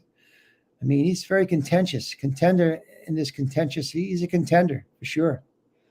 You know, I think they're giving us a whale of a Pegasus World Cup here. This, out of all the races we've handicapped tonight, I think this is the toughest one because there's so many in here that have a chance. And I mean that sincerely. There are so many that are close. I could make a case for almost all of these. And the one I'm really looking at, and I think has a big shot here, at least for the show bettors, or maybe I may key it in a trifecta or even in an exact up and down. And they list him as a closer, but this one does have some early speed. What is your opinion of O'Connor, number 12? And the leading trainer, Safi Joseph Jr., Castellano, and it does show that it has a tremendous middle move and it has a good closing move. And I think it fits. I think it fits this race, and I think it can get in the money for sure.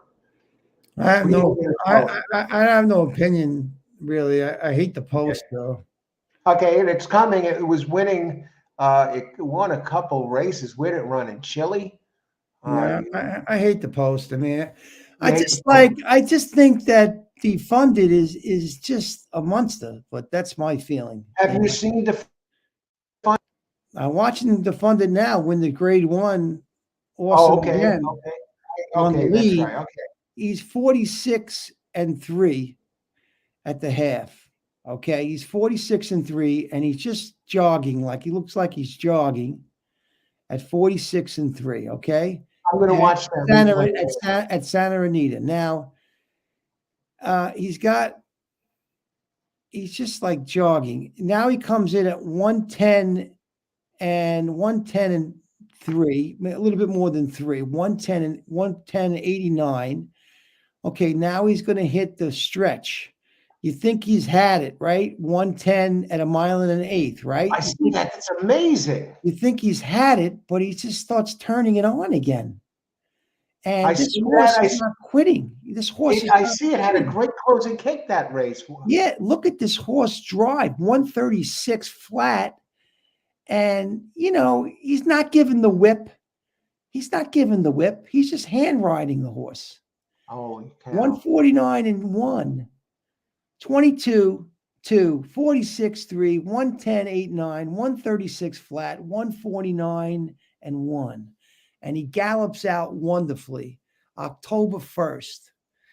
I mean, this horse is on cruise control, this horse. I'm going to watch this race later. Yeah, watch it because he's a cruise control horse. He's like cruising, man. I like it. Bob Baffert, he's 29% with shippers. And that covers 111 races. Graded stakes. That's it. I'll go with Bob Baffert to win the big one.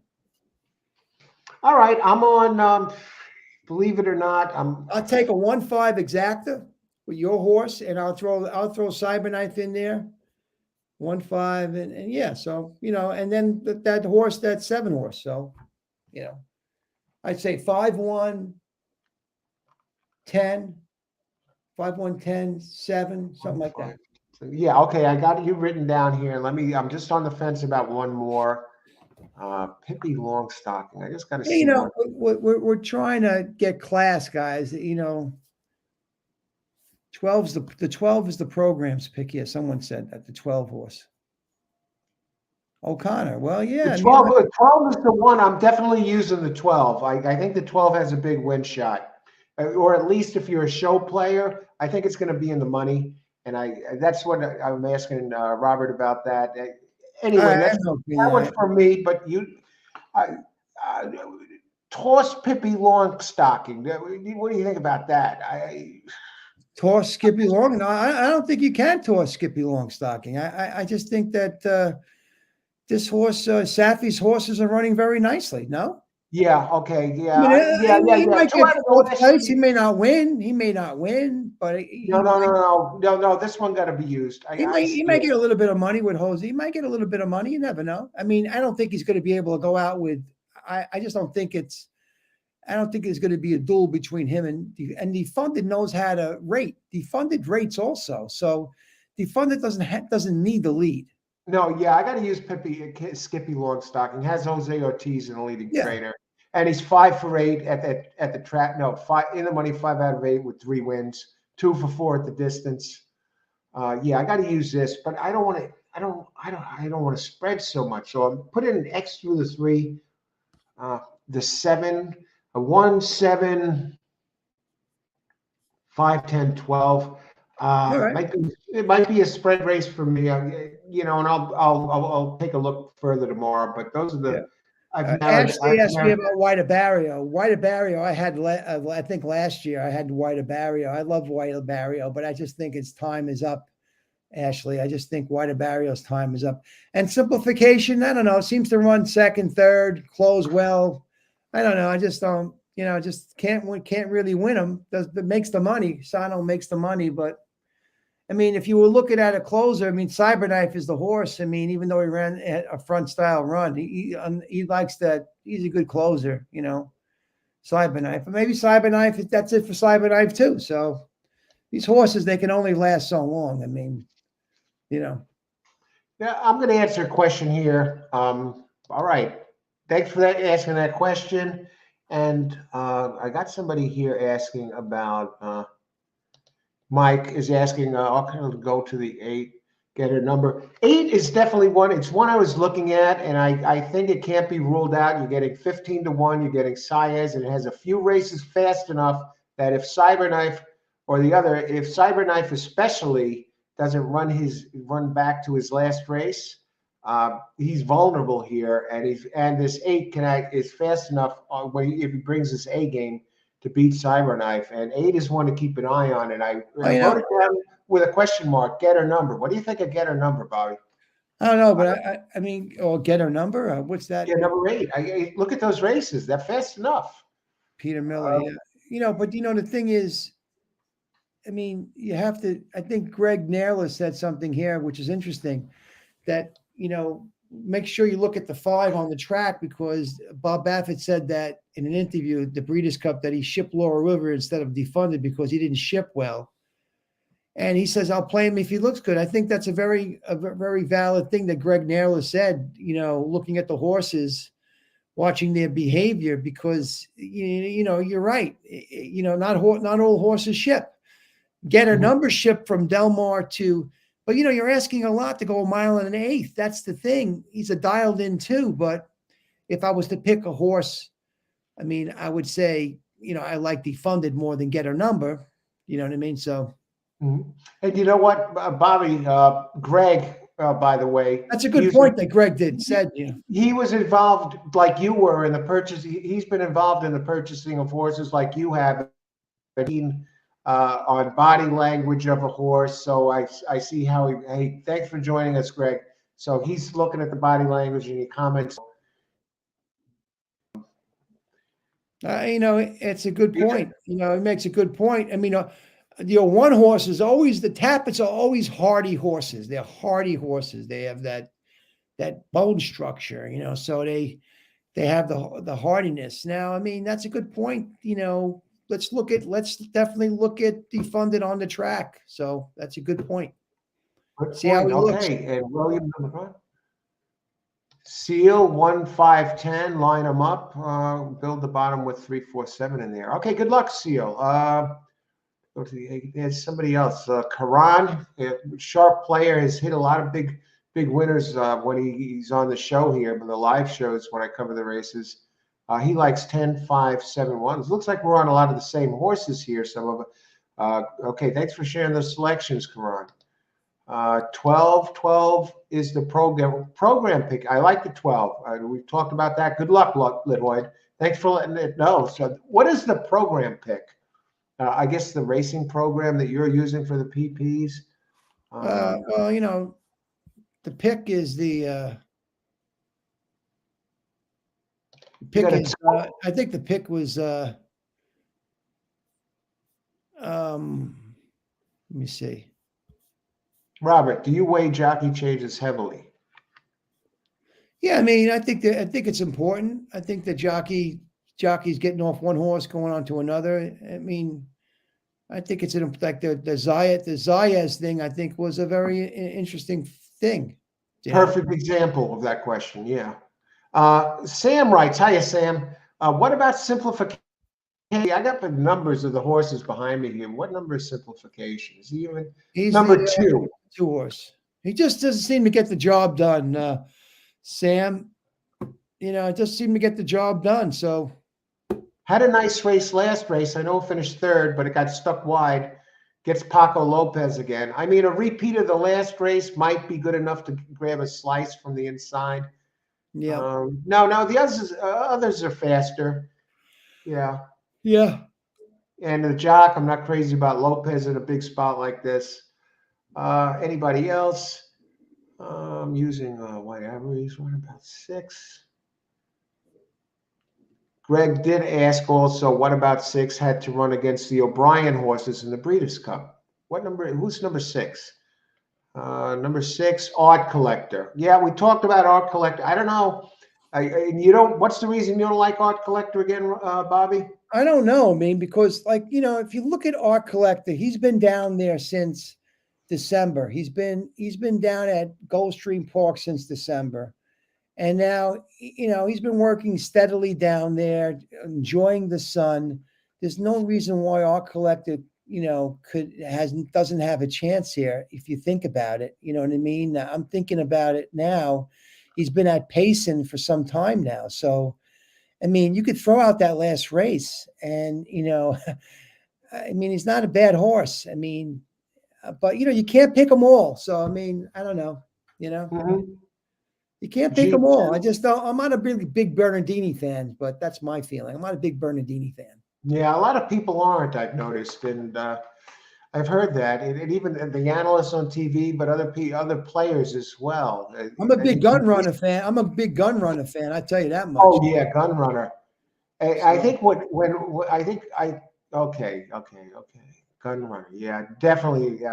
It's a good sire. And I think we got this one pretty well covered. Let me just see if there's anyone else. Baffert, Okay. The Baffert factor. Yeah, they lifted Bob's. Now this is okay. They lifted the Baffert's now eligible. They lifted his suspension in New York, and next Thursday he's going to be trying to overturn his suspension or lift his suspension, fighting it in court next Thursday. And he has a horse entered in the Derby Prep on at Oaklawn tomorrow as well. And if he loses that court case, then he's going to have to send his horses to a different trainer. Otherwise, they lose. They don't qualify for eligibility points for the Derby. You got to do that transfer by the 28th. But let's see. I would like to see Bob in the Derby this year. I know a lot of people are pissed off at him and don't want to see him, but we'll see. You know, he did cheat, so he did deserve to get punished. And we'll see if he can get it overturned. Art Connector never ran a race that's fast enough to win the bar this far. Okay. Well, you know what? I want to thank everybody for being here. You know, I'm going to call it a night. We got all the Rainbow Six selections there, and I think we have a chance to get it done. Robert and I have done shows before, and we've produced some big winners on those shows. So let's hope we extend that streak into tomorrow. Yes. I want to thank everyone for being. Thank you, everybody. So much for joining us. Joining me here to cover these races. A pleasure as always. Thank you, Alan. Oh, you're welcome, Robert. So I want to wish everybody a good night. You know, win some money tomorrow and enjoy the races. You know, don't bet over your head. Don't go into that. If you save money for the big races down the road. You know, don't blow your bankroll early and be, making withdrawals and going. Have some fun. Play a few multi.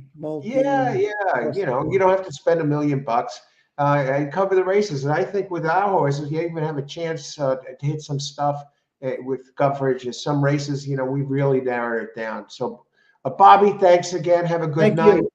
And good luck tomorrow. And thanks everybody else. Thanks for watching. Take care. You're welcome, Bobby. Thanks again. Have a good night, everybody. You too. Good night, everybody. Thanks. Good night. Bye.